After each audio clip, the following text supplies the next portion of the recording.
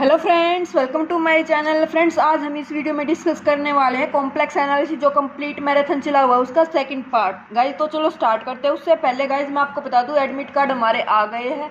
जिनका भी डाउनलोड नहीं हो रहा है तो वो एक बार रिफ्रेश कर लीजिए या फिर डेस्कटॉप साइट ऑन करके और फिर डाउनलोड कीजिए, हो जाएगा एडमिट कार्ड डाउनलोड। ठीक है ना, डोंट वरी। नहीं और तो कोई बात नहीं, थोड़ी देर बाद डाउनलोड हो जाएगा, तो टेंशन मत लो उस चीज़ की। और चलो स्टार्ट करते हैं आज का लेक्चर। आई होप गाइज आपने कल वाला लेक्चर देख लिया होगा और अच्छा भी लगा होगा, है ना। आई थिंक सो लगा होगा अच्छा। तो चलो, जिसको अच्छा लगा है तो अब स्टार्ट करते हैं सेकंड चैप्टर इसका। इसमें क्या दिया गाइज, फर्स्ट टॉपिक है सिंगुलरिटी। तो सिंगुलरिटी क्या होता है गाइज, जिस पॉइंट पे हमारा फंक्शन फेल हो जाता है ना, एनालिटिक मतलब जहाँ पे एनालिटिक नहीं होता उस पॉइंट पे सिंगुलरिटी क्या हो जाती है, क्रिएट हो जाती है। If a complex function fails to be analytic at point Z equal to Z not, जिस पॉइंट पे फंक्शन एनालिटिक नहीं होता, फेल हो जाती है एनालिटिसिटी, वहाँ पे क्या हो जाती है, सिंगुलरिटी क्रिएट हो जाती है। Then the point Z not is said to be singularity और सिंगुलर पॉइंट। अब सिंगुलर पॉइंट क्या होता है गाइस, दो टाइप का होता है, जो आइसोलेटेड और नॉन आइसोलेटेड। अब आइसोलेटेड क्या होती है हमारे पास गाइज, आइसोलेटेड सिंगुलरिटी क्या होती है। आइसोलेटेड मैंने आपको कल बताया था लेक्चर में कि उस नेबरहुड के अंदर अगर उस पॉइंट को लेके एक ओपन नेबरहुड बनाई जाए, उस ओपन नेबरहुड में और कोई सिंगुलरिटी ना आए, तो वो होती है आइसोलेटेड। अगर उस पॉइंट को लेके एक ओपन नेबरहुड बनाई जाए, कितनी छोटे से छोटी बना लो या बड़ी से बड़ी बना लो, फॉर एवरी के लिए था गाइज रिजल्ट कि for every open neighbourhood there exist at least one other point. ठीक है ना, तो उसको बोलेंगे नॉन आइसोलेटेड सिंगुलरिटी। अब जो हमने सिंगुलरिटी पढ़ी है आइसोलेटेड, इसके तीन टाइप होते हैं गाइज। क्या होता है, रिमूवेबल, पोल और एसेंशियल। रिमूवेबल सिंगुलरिटी क्या होती है, जिसको हम रिमूव कर सके, जैसे हमने रियल एनालिसिस में भी किया था ना removable, first time removable continuity के टाइम पे किया था। तो मैंने क्या बताया था कि जिसको हम रिमूव कर सकते हैं, फर्स्ट टाइम डिसकंटिन्यूटी है ना वहाँ पे किया था। तो सेम यहाँ पे भी यही है, रिमूवेबल क्या होती है, जिसको हम रिमूव कर सके। वो हम बेसिक के लिए, लेकिन थ्योरी में कैसे पढ़ते हैं वो देखो। If the principal part of F Z contain no terms, अगर प्रिंसिपल पार्ट हमने देखा था जो लोरेंट सीरीज होती है गाइस, जिसमें लोरेंट सीरीज को हम एक्सपेंड कैसे करते हैं।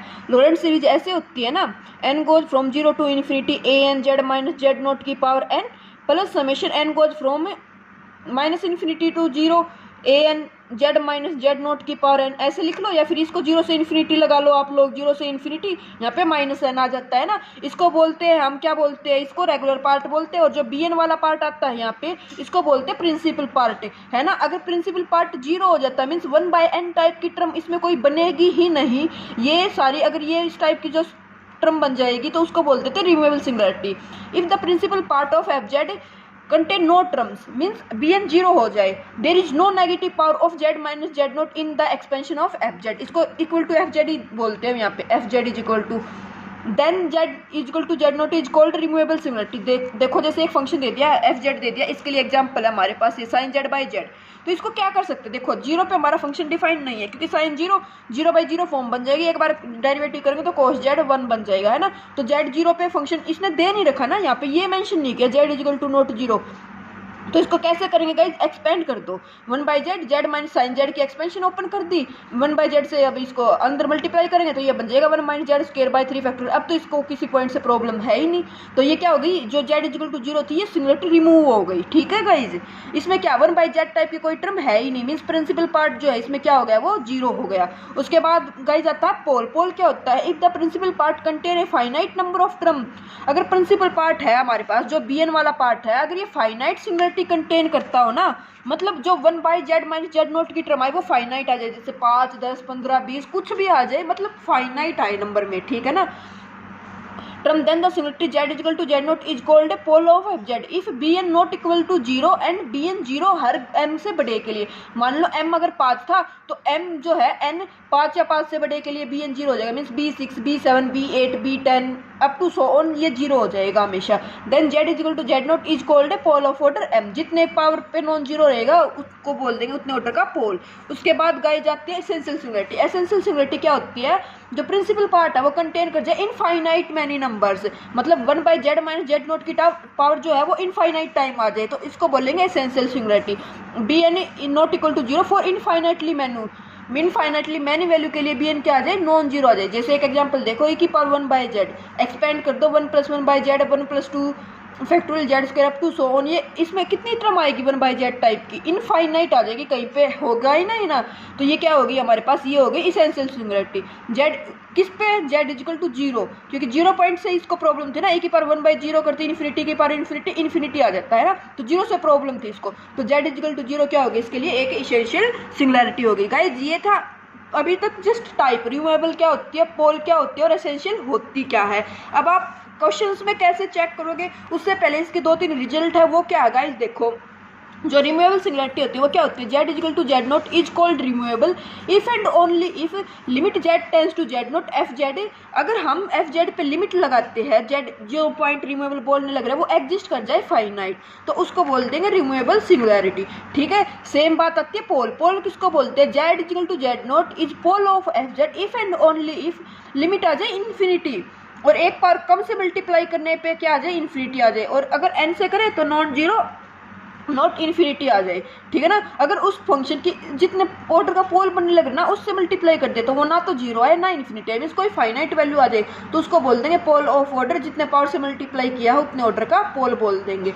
समझ आ गया, अच्छी बात है, नहीं आए तो क्वेश्चन करेंगे तब इन डेफिनेशन को एक बार और रिवाइज करेंगे तो समझ में आ जाएगा। ये अभी मैंने यहाँ पे क्यों लिखा है, क्योंकि गाइज हर जगह बीच बीच में रिजल्ट करती तो वो इतना ध्यान नहीं रहता, इसलिए मैंने एक साथ सारे रिजल्ट लिख दिए इनके जितने रिमूवेबल पोल इसेंशियल के हैं। इसेंशियल कब बोलते हैं, Z equal to Z not is essential if and only if limit Z tends to Z not does not exist, ना तो वो फाइनाइट एग्जिस्ट करे लिमिट ना इनफाइनाइटी, मतलब लिमिट एग्जिस्ट ही ना करे तो उसको बोल देंगे इसेंशियल सिंगुलरिटी।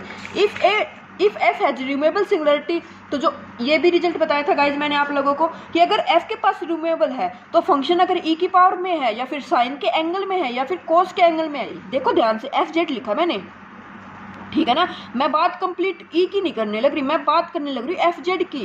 गाइज बहुत बच्चों को डाउट होता है, तो मैंने क्या बताया, अगर एफ के पास रिमूवेबल है, एफ जेड जो फंक्शन है ना इसके पास है, तो जो ई की पावर में चला जाए या साइन के एंगल में फंक्शन चला जाए या फिर कोस के एंगल में या फिर साइन हाइपरबोलिक के या कोस हाइपरबोलिक के, उन सभी के पास क्या रहेगी, इसेंशियल ही रहेगी।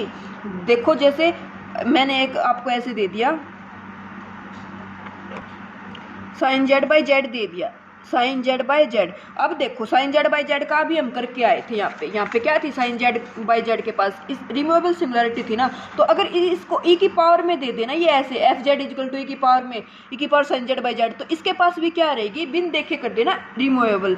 ठीक है ना, उसके बाद देखो if f has pole then e की power f z sine f z cos f z sine hyperbolic cos hyperbolic, इनके पास क्या हो जाती है गाइज, इसेंशियल सिंगुलरिटी हो जाती है। ये रिजल्ट इंपॉर्टेंट है, इसमें क्या बोल रहा है गाइज, इसमें बोल रहा है अगर एफ के पास रिमूवेबल है तो ई की पावर में फंक्शन आ जाए या साइन में या कोस के एंगल में हमेशा रिमूवेबल रहेगी। लेकिन यहाँ पे क्या बोल रहा है गाइज, मैंने यहाँ पे बोला अगर एफ के पास पोल है ना, तो अगर वो पोल जो पोल वाला फंक्शन है अगर वो साइन के एंगल में चला जाए या ई की पावर में चला जाए या कोस के एंगल में, तो हमेशा क्या बन जाएगी, इसेंशियल सिंगुलरिटी बन जाएगी गाइज।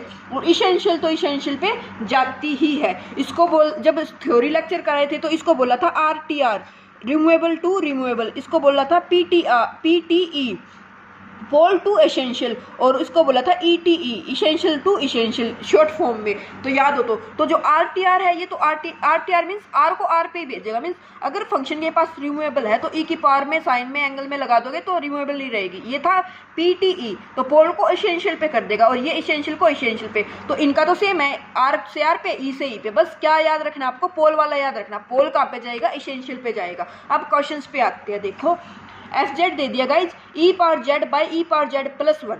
तो अब मैं बताती हूँ आपको, हमें पहले पता क्या चेक करना होता है, मोस्टली जो बच्चे गलती करते हैं वो सोचते हैं बस डिनोमिनेटर को 0 से इक्वेट कर दो। नहीं गाइज, डिनोमिनेटर का क्या मतलब होता है गाइज, जितने भी हमें डिनोमिनेटर दिखेंगे ना हम उन सब को इक्वेट टू 0 करेंगे। मीन्स जैसे अगर बाय चांस इस फंक्शन की जगह पे हमारा फंक्शन इस टाइप का होता है ना, ई की power 1 by z divided by e की पावर जेड प्लस 1, तो इस फंक्शन में आप डिनोमिनेटर देखो कितने डिनोमिनेटर होने लग रहे हैं। एक तो यहाँ पे होने लग रहा है ये डिवाइड वाला और एक ये कंप्लीट डिवाइड वाला है ना, तो 2 डिनोमिनेटर है, तो एक बार ई की पावर 1 बाई जेड को भी 0 से इक्वेट करते हैं और एक बार यहाँ से करेंगे। ठीक है ना, तो ऐसे हमें क्या करना होता है, करके देखना होता है। ओके, तो देखो अभी हमारा जो फंक्शन है वो क्या दे दिया, ई की पावर जेड बाई ई की पावर जेड प्लस 1, तो हमने ई की पावर जेड प्लस 1 को क्या किया, 0 से इक्वेट कर दिया। तो यहाँ से जेड की वैल्यू निकाल ली, तो जेड की वैल्यू क्या आ जाएगी guys, 2n plus 1 pi iota आ जाएगी। फर्स्ट लेक्चर में कॉम्प्लेक्स के में थ्योरी बताई थी कि पावर जेड जीरो कभी भी नहीं होता है। यहाँ पे फिर से बता देते हैं एक बार, ए की पावर कभी भी जीरो नहीं होता है। ए की पावर जेड इजिकल टू 1, तो जेड की वैल्यू आ जाएगी गाइज 2n पाई आयोटा। और अगर ए की पावर जेड -1 के इक्वल है तो जेड की वैल्यू आ जाएगी 2n + 1 पाई आयोटा। ठीक है, अभी के लिए ये याद रखो। और अगर फिर साइन जेड जीरो होता है, साइन जेड जीरो, तो जेड की वैल्यू आ जाती है गाइज n पाई। ठीक है ना, साइन जेड 1 होता है हमारे पास, साइन जेड इजिकल टू 1, तो जेड साइन 1 किस पे होता है गाइज, n पाई बाई 2 के मल्टीपल्स पे होता है ना हमारे पास, 2n + 1 पाई बाई 2 के मल्टीपल्स पे ये क्या हो जाता है, ये 1 हो जाता है। ओके, उसके बाद कोस जेड जीरो किस पे होता है, कोस जेड इजिकल टू 0, तो वो 2n + 1 पाई के मल्टीपल पे। और कोस जेड 1 किस पे होता है हमारे पास, 2n पाई पे। कोस जेड -1 किस पे होता है, वो हो जाता है 2n + 1 पाई पे। ठीक है ना, तो ये कोस की साइन की दो वैल्यू किसकी है, 3 वैल्यू कोस के, 3 वैल्यू साइन की और 2 है ई की पावर जेड की। ये 8 वैल्यूज है, इनको आपको याद रखना है क्योंकि एग्जाम में जो क्वेश्चन आएगा वो इन्हीं से आएगा। तो देखो जेड की वैल्यू आ गई 2n + 1 पाई आयोटा। अब हमें क्या करना होता है गाइज, लिमिट निकालनी होती है। Limit Z tends to Z not F of z, तो limit Z tends to Z naught क्या है, अब यही तो है 2n + 1 पाई आयोटा। इस पे लिमिट अप्लाई करो तो ए की पावर 2n + 1 पाई आयोटा पे क्या आता है, अभी बताया है, 2n + 1 पाई आयोटा पे क्या आता है हमारे पास, -1 आ जाता है। तो ऊपर वाला फंक्शन तो कभी जीरो होगा नहीं हमारे पास, क्यों, क्योंकि इसकी वैल्यू आएगी -1। नीचे वाला करेंगे तो ए की पावर 2n -1 + 1 करके 0 आ जाएगा, तो ऊपर तो -1 नीचे 0 आ गया, तो 1/0 करेंगे तो इन्फिनिटी आ गई। लिमिट फाइनाइट एग्जिस्ट नहीं की, लेकिन लिमिट क्या कर गई guys, Z tends to Z not F of Z पे लिमिट इन्फिनिटी आ गई। और इन्फिनिटी आते ही क्या बोल देते हैं, ये तो पोल हो गया, कितने ऑर्डर का पोल हो गया, जितनी उसकी पावर होती है। अब यहाँ पे देखेंगे तो इसकी पावर तो एक ही है, मीन्स जो ये सिंगुलरिटी आने लग रही है, ये क्या आने लग रही है, सब के सब सिंपल पोल है हमारे पास। आप कैसे चेक करोगे कि सिंपल पोल है, तो देखो चेक कैसे करते हैं ये याद रखना गाइज। ई की पावर जेड है 1/0 इन्फिनिटी आ गया, डेरिवेटिव करो ई की पावर जेड का, तो ई की पावर जेड ही रहेगा। नीचे से 0 बनने लग रही थी ना, जैसे 0/0 फॉर्म में करते हैं हम लोग, तो 0 बनने लग रहा था। एक बार डेरिवेटिव करोगे तो ई की पावर जेड ही आ जाएगा, और ई की पावर जेड कभी 0 होता ही नहीं है। तो नीचे से ये फंक्शन कितनी बार 0 होगा गाइज, एक ही बार 0 होगा, ऊपर से 0 होगा ही नहीं, नीचे से एक बार 0 हुआ। तो पोल का ऑर्डर कैसे चेक करते हैं, जितनी बार नीचे से 0 हुआ यानी कि एक बार, ऊपर से कभी 0 है ही नहीं, तो m-n आगे आएगा ये वाला रिजल्ट भी कि पोल ऑफ ऑर्डर m-n कर देते हैं जब पोलिनोमियल होते हैं। लेकिन ये जनरल भी बताने लग रही हो, नीचे से एक बार डेरिवेटिव 0, ऊपर से है ही नहीं, तो 1-0 करके 1, तो जो भी सिंगुलरिटी आई है ये पोल आई है। और ये कितने ऑर्डर की पोल आई है, 1 ऑर्डर की। 1 ऑर्डर को क्या बोल देते हैं सिंपल, तो सिंपल पोल आ गई। अगर 0 होती तो सिंपल 0 बोल देते। ठीक है ना, अभी उसके बाद नेक्स्ट क्वेश्चन देखो, इसमें क्या दे दिया, F Z is equal to, इसमें दे दिया हमें function F Z is equal to Z minus sine Z by Z cube. तो हमें देखो अब डिनोमिनेटर एक ही है जेड क्यूब, इसको क्या करेंगे 0 से इक्वेट करेंगे, तो जेड की वैल्यू आ जाएगी हमारे पास 0। तो लिमिट लगाओ Z tends to 0 F of Z 0/0 form बन जाएगी।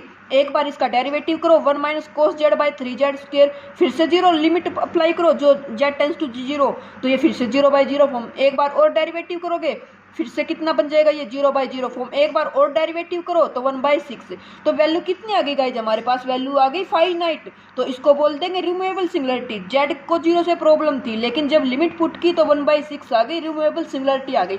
ऐसे चेक कर सकते थे इसको आप लोग, या फिर इसको सेकंड वे से कैसे कर सकते थे वो देखो गाइज।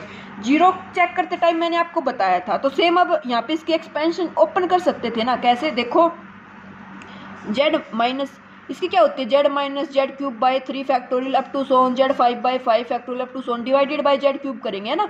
तो इस जेड से जेड कैंसिल आउट हो जाएगा, ऊपर से कॉमन लेंगे जेड क्यूब कॉमन लेंगे, नीचे जेड क्यूब था इससे ये कैंसिल हो जाएगा। जेड टेंस टू 0 लगाएंगे तो 1/6 3 फैक्टोरियल आएगा ना, ये माइनस होके प्लस आ जाएगा, तो 1/6 आ जाएगी डायरेक्ट। आपको 0/0 फॉर्म से करना ही नहीं पड़ता, जस्ट कब आप इसकी एक्सपेंशन ओपन करके कर देते, कोई भी प्रॉब्लम होनी नहीं थी एक्सपेंशन ओपन करके हमें, ठीक है ना। तो अगर इस टाइप से फंक्शन दे देता वो कि हाँ हमें पता चलने लग रहा है कि साइन की एक्सपेंशन से इसकी जेड फर्स्ट टर्म कैंसिल होने लग रही है, तो प्रैक्टिस से आएगी ये चीज़ें। तो अभी दिमाग में बैठा लो इनको, अगर टाइम नहीं है अभी इतना प्रैक्टिस का तो कोई बात नहीं, जो बताने लग रही हूँ ना इनको दिमाग में बैठा लो कि हाँ इस टाइप का क्वेश्चन आ गया तो एग्जाम में ऐसे टैकल करना है, ठीक है ना। अभी उसके बाद देखो जो नेक्स्ट क्वेश्चन है गाइस, इसमें क्या दे दिया, एफ जेड दे दिया, F Z equal to Z cosecant Z. तो इसको कैसे करोगे, सिंपल तो इसको कर नहीं सकते, तो क्या करोगे, कोसिकेंट जेड को 1/sin जेड लिख सकते हैं, तो लिख दिया हमने F Z equal to Z by sine Z. अब डिनोमिनेटर में साइन जेड आ गया तो इसकी सिमिलरिटी क्या होती है, sine Z equal to 0 Z equal to n pi आ गई।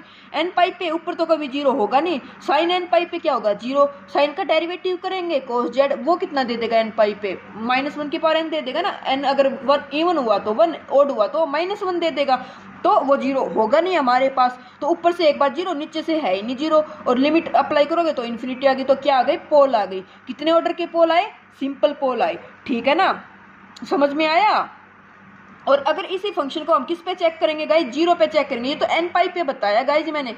अगर इस फंक्शन की एन जो जहाँ पे चलता है Z is equal to N pi, N कहाँ से बिलोंग करता है, इंटीजर से बिलोंग करता है हमारे पास, ठीक है ना, एन बिलोंग्स टू इंटीजर। तो एन अगर जीरो हो गया ये, तो जीरो बाई जीरो फॉर्म बन जाएगी गाइज। ये तो देखो बच्चे गलती यही करते हैं, वो एन पाई पे बोल लेंगे ना, और वो ऑप्शन ऐसे ही दे देता है एग्जाम में कि क्या, for all N belongs to Z. तो फॉर ऑल नहीं होगा गाइज, इसके लिए होगा for all N belongs to Z minus singleton zero. Zero पे नहीं होगा ये पोल, क्यों, क्योंकि जीरो पे देखो जीरो बाई जीरो फॉर्म बन गई। एक बार डेरिवेटिव करेंगे, जेड का हो जाएगा 1, साइन जेड का हो जाएगा कोस जेड, जीरो पुट कर दो तो साइन कोस जीरो 1 हो जाता है, तो 1 बाई 1 करके लिमिट आ गई 1, तो ये तो बन गई रिमूवेबल, ठीक है ना। तो ऐसा ही एग्जाम में देगा वो क्वेश्चन, आपको ये तो पता चल जाएगा जेड इजिकल टू एन पाई पे पोल आया, लेकिन एन कहाँ से चलेगा, जेड माइनस जीरो से चलेगा गाइस, जीरो पे तो रिमूवेबल है, याद रखना। अब नेक्स्ट क्वेश्चन देखो, साइन 4z बाई जेड 8 दे दिया अब की बार हमें, तो कैसे करोगे गाइज, जेड जीरो से किया, साइन का एक बार डेरिवेटिव करोगे, 4 आगे आएगा, साइन क्यूब जेड, साइन का करेंगे कोस जेड, फिर जीरो पुट करोगे, जीरो बाई जीरो बन जाएगा, अगेन अगेन अगेन करते रहोगे, बहुत लेंथी प्रोसीजर हो जाएगा, समझे। इसको क्या करेंगे, सेम साइन जेड की एक्सपेंशन आती है, जेड को रिप्लेस कर दिया ना 4 से, तो ये हो जाएगा Z 4 minus Z 12 by 3 factorial up to so on, नीचे जेड 8 है, ऊपर से जेड 4 कॉमन ले दो, जेड 4 से कॉमन लोगे तो देखो ऊपर तो ये कितनी बार, देखो अब एक सेकंड के लिए इस चीज़ को जो ये बताई है ना मैंने, इसको भूल जाओ कि ये चीज़ है भी हमारे पास, जो ये वाला फंक्शन है ना, इसको भूल जाओ। अगर मैं आपको बोल लूँ इस फंक्शन की जीरोज का ऑर्डर बताओ कितना है, सोचो, चाहे वीडियो को यहीं पे रोक दो, अगर जीरो निकालनी नहीं आती है तो आपको जीरो निकालना सिखाया था गाइस लास्ट लेक्चर में। अगर F Z is equal to Z minus Z note की पावर एन जी जेड है where G Z not equal to zero for all Z, तो इसको एन ऑर्डर की जीरो बोलते हैं। समझ आया, याद आया कुछ। फंक्शन का बिहेवियर किस पे चेक करने लग रहे हैं हम, जीरो पे तो चेक करने लग रहे हैं। यहाँ पे जीरो पुट करोगे तो ये तो कितना आएगा 1 आएगा, तो जी जेड कभी भी जीरो नहीं होगा ना किसी भी वैल्यू के लिए। और यहाँ पे जेड की पावर कितनी है 4, तो कितने ऑर्डर की जीरो है ये 4। तो अगर Z zero by zero form बनेगी वो हमारी ज़्यादा से ज़्यादा कितनी बार बनेगी, 4 ही बार बनेगी। क्यों, क्योंकि गाइज एक बार डेरिवेटिव करेंगे, जैसे जीरो जेड जीरो पुट करो, जीरो बाई जीरो बनेगा, डेरिवेटिव करोगे 4 जेड क्यूब आ जाएगा, फिर करोगे 12 जेड स्क्वायर आ जाएगा, करोगे 14 जेड आ जाएगा, करोगे 14 नहीं 24 आ जाएगा। तो 4 बार ही जीरो हो सकता है, उसके बाद तो ये जीरो होगा ही नहीं। समझाया मेरी बात कुछ आप लोगों को। और नीचे से करोगे तो ये 8 बार जीरो होगा, तो टोटल कितना हो जाएगा 8 माइनस 4 m माइनस n, ठीक है ना। अगर ऑर्डर m का था, ये n पावर ऊपर है तो m माइनस n, तो 8 माइनस 4 करके 4 ऑर्डर का क्या आ गया हमारे पास, पोल आ गया। समझ आया कैसे किया है। अगर इसको डेरिवेटिव टेस्ट से करने लग जाते तो बहुत लेंथी पड़ जाता। यहाँ पे साइन जेड की एक्सपेंशन ओपन कर दी और फिर सोल्व कर दिया, ठीक है। अभी उसके बाद देखो जो नेक्स्ट क्वेश्चन है हमारे पास, इसमें क्या दे दिया, एफ जेड दे दिया 1 minus cos z by z square. तो एक ही डिनोमिनेटर जेड स्क्वायर, इसको जीरो से इक्वेट किया, जेड की वैल्यू आ गई जीरो, लिमिट पुट करो, कोस जीरो कितना होता है 1 माइनस 1 करके जीरो, नीचे से जीरो था ही, जीरो बाई जीरो फॉर्म बन गई। एक बार डेरिवेटिव करो, फिर से जीरो बाई जीरो फॉर्म, एक बार और डेरिवेटिव करो, लिमिट आ गई 1/2 आ गई तो रिमूवेबल बन गई। ऐसे करते, देखो ऐसे करके बताया। सेम इसको क्या करते, इसकी एक्सपेंशन ओपन कर देते 1 minus z square by 2 factorial up to z 4/4 factorial up to so on divided by z square. इस 1 से ये 1 कैंसिल, यहाँ से जेड स्क्वायर कॉमन ले लेते, नीचे जेड स्क्वायर था यहाँ से आ जाता 1/2 है ना, इससे ये कैंसिल आउट हो जाता। जेड जीरो पे क्या आ जाता है 1/2 लिमिट आ जाती, फाइनाइट आ जाती, तो यहाँ से भी बोल देते रिमूवेबल। तो चॉइस आपकी है, ऐसे करोगे या फिर ऐसे करोगे। यहाँ पे ऐसे क्यों किया गाइज मैंने, मेरे को था पावर है ही नहीं तो डायरेक्ट 0/0 फॉर्म बनेगी, डेरिवेटिव कर देंगे। लेकिन यहाँ पे इसीलिए नहीं किया क्योंकि पावर ज़्यादा थी, एक से ज़्यादा 2 3 तो लेंथ 4 दे दी यहाँ पे, तो बहुत लेंथ ही पड़ जाता है, इसलिए इसको डायरेक्ट किससे किया, एक्सपेंशन से किया है। अभी नेक्स्ट क्वेश्चन देखो, जैसे इसमें दे दिया guys f Z is equal to e power z plus 1 divided by e power z minus 1। तो क्या किया, e power z minus one को जीरो से इक्वेट किया, ई पावर जेड वन आ गया, जेड की वैल्यू आ गई 2n पाई आयोटा, ऊपर पुट करोगे ये तो 1 होता है, की पावर 2n पाई आयोटा 1 + 1 2, ऊपर तो कभी जीरो होगा नहीं, नीचे से कितनी बार जीरो होगा, एक ही बार जीरो होगा, क्यों, क्योंकि ई की पावर जेड माइनस वन का डेरिवेटिव करोगे तो वो ई की पावर जेड आ जाएगा, ई की पावर जेड कभी भी जीरो होता नहीं है, तो ऊपर से एक बार भी जीरो नहीं, नीचे से एक बार जीरो, एक ऑर्डर का पोल आ गया किस पे, 2n पाई आयोटा पे। इसका मतलब क्या हुआ, ये सभी कैसे है, हमारे सिंपल पोल है, ओके, सिंपल पोल। उसके बाद नेक्स्ट क्वेश्चन देखो गाइस, जिसमें दे दिया the poles of the function F Z equal to sine Z by cos z are at, तो पोल्स इसके किस पे हो गए, नीचे वाले को जीरो से इक्वेट कर दो, कोस जेड जीरो, जेड की वैल्यू आ गई 2n + 1 पाई बाई 2, है ना, इस पे क्या हो जाएंगे, इसके पोल हो जाएंगे, क्यों, क्योंकि साइन जेड तो 2n + 1 पाई बाई 2 पे क्या देता है, 1 वैल्यू देता है, ये देगा जीरो, इसका डेरिवेटिव करोगे तो ये क्या हो जाएगा हमारे पास, कोस जेड का साइन जेड हो जाएगा, वो दे देगा 1, तो सिंपल पोल बनेंगे किस पे, 2n + 1 pi iota, sorry pi by 2 पे। ओके, नेक्स्ट क्वेश्चन है the simple pole of the function are, तो हमें बताना है इस फंक्शन का सिंपल पोल क्या होगा, कौन सा पोल सिंपल होगा, सिंपल मीन्स एक ऑर्डर का पोल, तो देखो z इक्वल टू -2 और z इक्वल टू 1 क्या आने लग रही है, इसकी सिंगुलरिटी आने लग रही है, इनको जीरो से इक्वेट करेंगे ना, तो z इक्वल टू 1 और -2 आ गई। अब 1 पे देखो, 1 पे ऊपर से तो कभी जीरो होगा ही नहीं, नीचे से इसकी कितनी पावर उतनी बार जीरो हो जाएगा, ये z -1 का स्क्वायर मीन्स 2 बार जीरो होगा 1 पे ये, तो z इक्वल टू 1 क्या आ गया, 2 ऑर्डर का पोल आ गया, और z इक्वल टू -2 ऊपर से कभी जीरो होगा ही नहीं, क्योंकि -2 का स्क्वायर करेंगे तो 4 आ जाएगा, यहाँ पे करेंगे तो 2 - 1 करके 1 ही आ जाएगा, यहाँ से जीरो होगा, ये तो कितनी बार जीरो, जितनी पावर है मीन्स एक बार जीरो को ही क्या बोलते हैं, सिंपल बोलते हैं, तो ये क्या बन गया, -2 पे सिंपल पोल बन गया, तो at z equal to -2।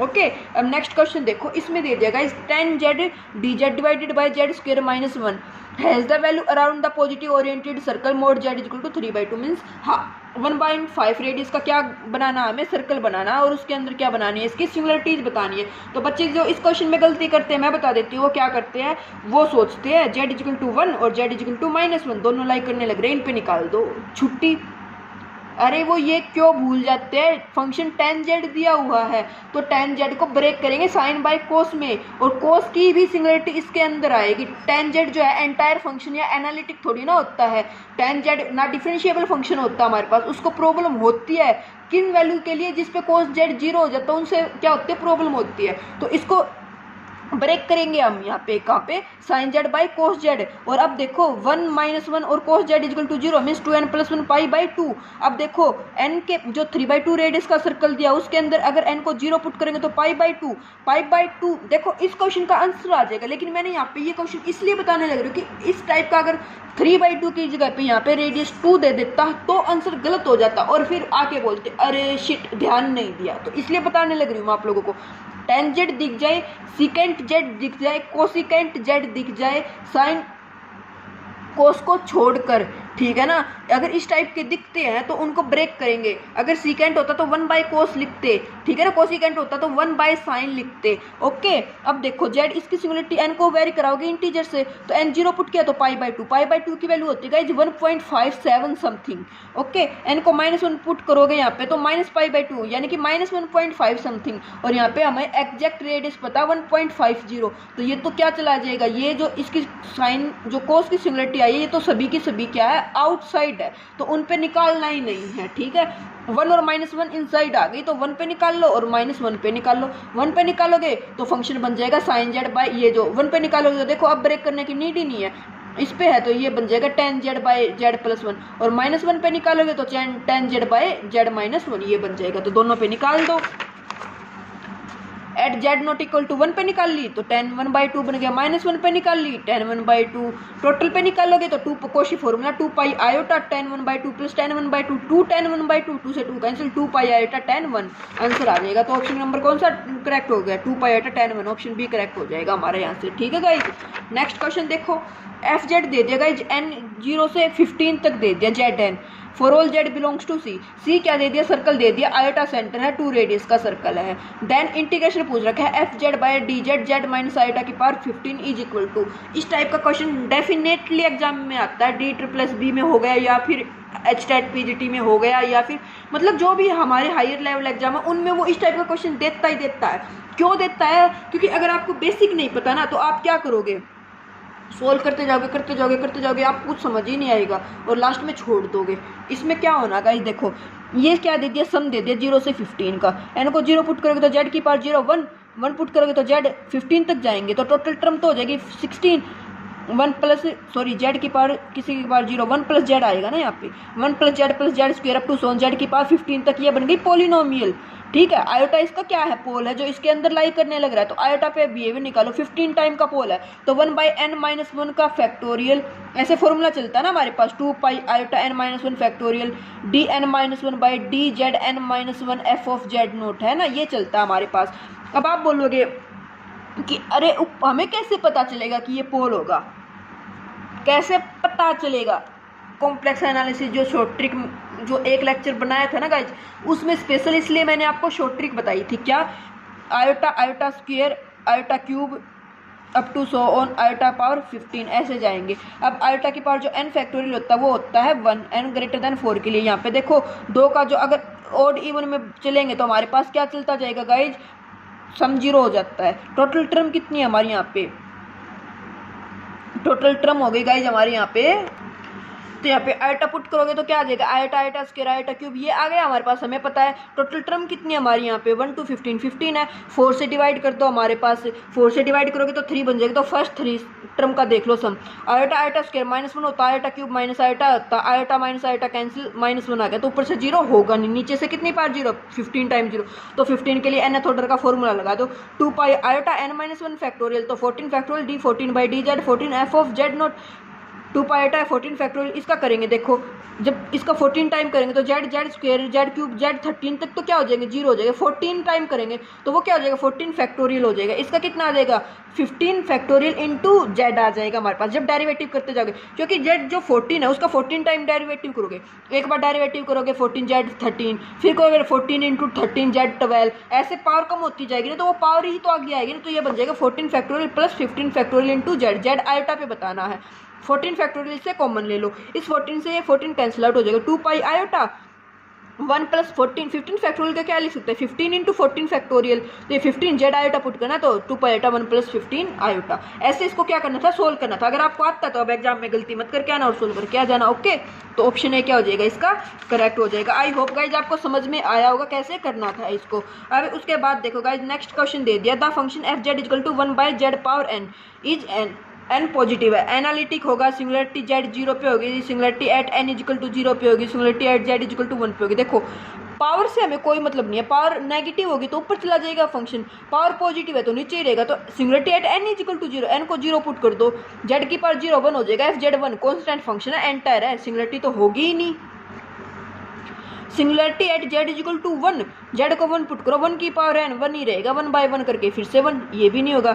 Analytic for all Z नहीं गाइज, एनालिटिक कहाँ है, इसको 0 से इक्वेट करो, जेड की पावर n को, तो जेड 0 पे क्या आने लग रही है हमारे पास, सिंगुलरिटी आ गई 1/0 इन्फिनिटी, क्या बन गया, पोल बन गया, कितने ऑर्डर का, जितनी पावर थी n ऑर्डर का पोल, तो एनालिटिक है नहीं, तो singularity at z is equal to 0। अब की बार देखो पोल नहीं बोला, pole of order n equal to 0, यहाँ पे बोला सिंगुलरिटी, तो ये सिंगुलरिटी आने लग रही है किस पे, 0 पे, ओके, तो बी करेक्ट हो जाएगा। नेक्स्ट क्वेश्चन देखो, function g is defined as g z is equal to z for sine 1/z plus 1 has at infinity, हमें बताना गाइज इन्फिनिटी पे क्या होगा इसका, तो इन्फिनिटी पे कैसे चेक करेंगे, जेड को चेक करते हैं, इन्फिनिटी के लिए 1/z से रिप्लेस कर दो, जी पे बिहेवियर चेक करो, लास्ट लेक्चर में भी बताया था, जब भी इन्फिनिटी पे बात आ जाए तो इसको 1/z से रिप्लेस कर दो और 0 पे चेक कर लो, ठीक है ना। यहाँ पे अभी आपको बताया नहीं है मैंने nth order pole at infinity पे या रेसिड्यू एट इन्फिनिटी पे, बट कोई बात नहीं आगे भी देख लेना, बट अभी ये क्वेश्चन ऐड कर दिया तो यहाँ पे भी देख लो,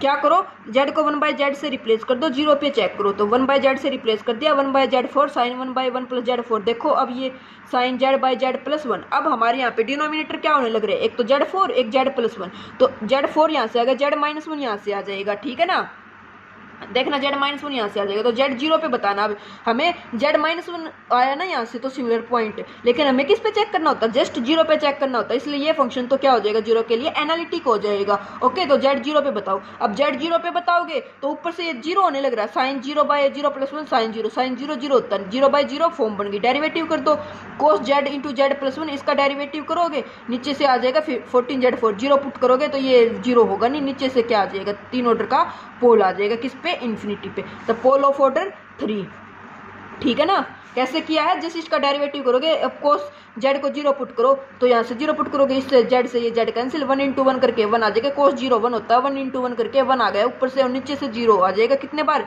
3 बार 0 आ जाएगा। तो पोल ऑफ ऑर्डर 3 किस पे, इन्फिनिटी पे। ओके, नेक्स्ट क्वेश्चन देखो, for the function F Z equal to sine x by mod z square minus iota y by mod z square, choose the correct answer. fz has no singularity, fz has a finite number, fz had singularity of fz at pole, infinitely infinity is the simple pole। तो कैसे करना guys, यहाँ पे तो denominator कैसे दिखोगे, तो देखो अब मेरे को पता है, एलसीएम ले दो, sine x minus iota y को ब्रेक करके ही तो लिखा है। अब देखो x minus iota y, z अगर एक्स प्लस आयोटा वाई होता है हमारे पास, तो जेड कॉन्जुगेट ही तो होता है एक्स माइनस आयोटा वाई, तो इसको जेड कॉन्जुगेट लिख दो। Mode z square, mode z square को क्या लिख सकते हैं हम, बहुत बार बताया है, जेड जेड बार, तो एक जेड बार से एक z bar cancel, sine 1 by z आ गया गाइज। अब sine f of 1 by z sine Z आ जाएगा। जेड अगर इन्फिनिटी पे चेक करना हो तो बिहेवियर है ना, क्योंकि इसने बोला था infinity is the simple pole, तो इन्फिनिटी पे सिंपल पोल है, मीन्स एक ऑर्डर का पोल है, तो इन्फिनिटी पे कैसे चेक करेंगे, 1 बाई जेड से रिप्लेस कर दो, तो इसको 0 से करेंगे तो साइन जेड आ गया, ये क्या आ गया, एनालिटिक आ गया, तो डी तो क्या हो गया, इनकरेक्ट हो गया यहाँ से। अब देखो एफ जेड क्या है, sine 1 by z, sine 1 by z को 0 से, डिनोमिनेटर क्या है, एक 0 ही तो है, z is equal to 0, sine 1 by z is equal to 0, तो जेड की वैल्यू आ गई 1 बाई एन पाई। अगर जेड को 1 बाई एन पाई लिखोगे तो ये फंक्शन क्या आएगा, 0 आएगा, और जेड 0 पे फंक्शन डिफाइंड नहीं होगा, तो z is equal to 0 only singularity है इस फंक्शन की। इसने बोला था f हैज नो सिंगुलरिटी, अरे है 0 सिंगुलरिटी है, all the singularity of F z are pole नहीं है, पोल नहीं है singularity, f has a finite number of singularity with exactly 1, yes option b क्या हो जाएगा, यहाँ से करेक्ट हो जाएगा। क्यों, क्योंकि n पाई अगर पुट कर देंगे जेड को 1 बाई एन पाई, तो ये साइन एन पाई हो जाएगा और वो 0 हो जाएगा, तो 0 फंक्शन जो है वो हमारे पास क्या होता है, वो तो 0 फंक्शन हो गया ना, उसको किसी पॉइंट से प्रॉब्लम थोड़ी ना है, फंक्शन तो डिफाइंड होने लग रहा है ना। लेकिन जेड 0 पे 1 बाई 0 इन्फिनिटी, साइन जेड 1 और -1 के बीच में क्या होता है, ऑसिलेट होता है, तो फंक्शन हमारा डिफाइंड नहीं होगा किस पे, 0 पे, तो 0 फाइनाइट सिंगुलरिटी आ गई इसकी।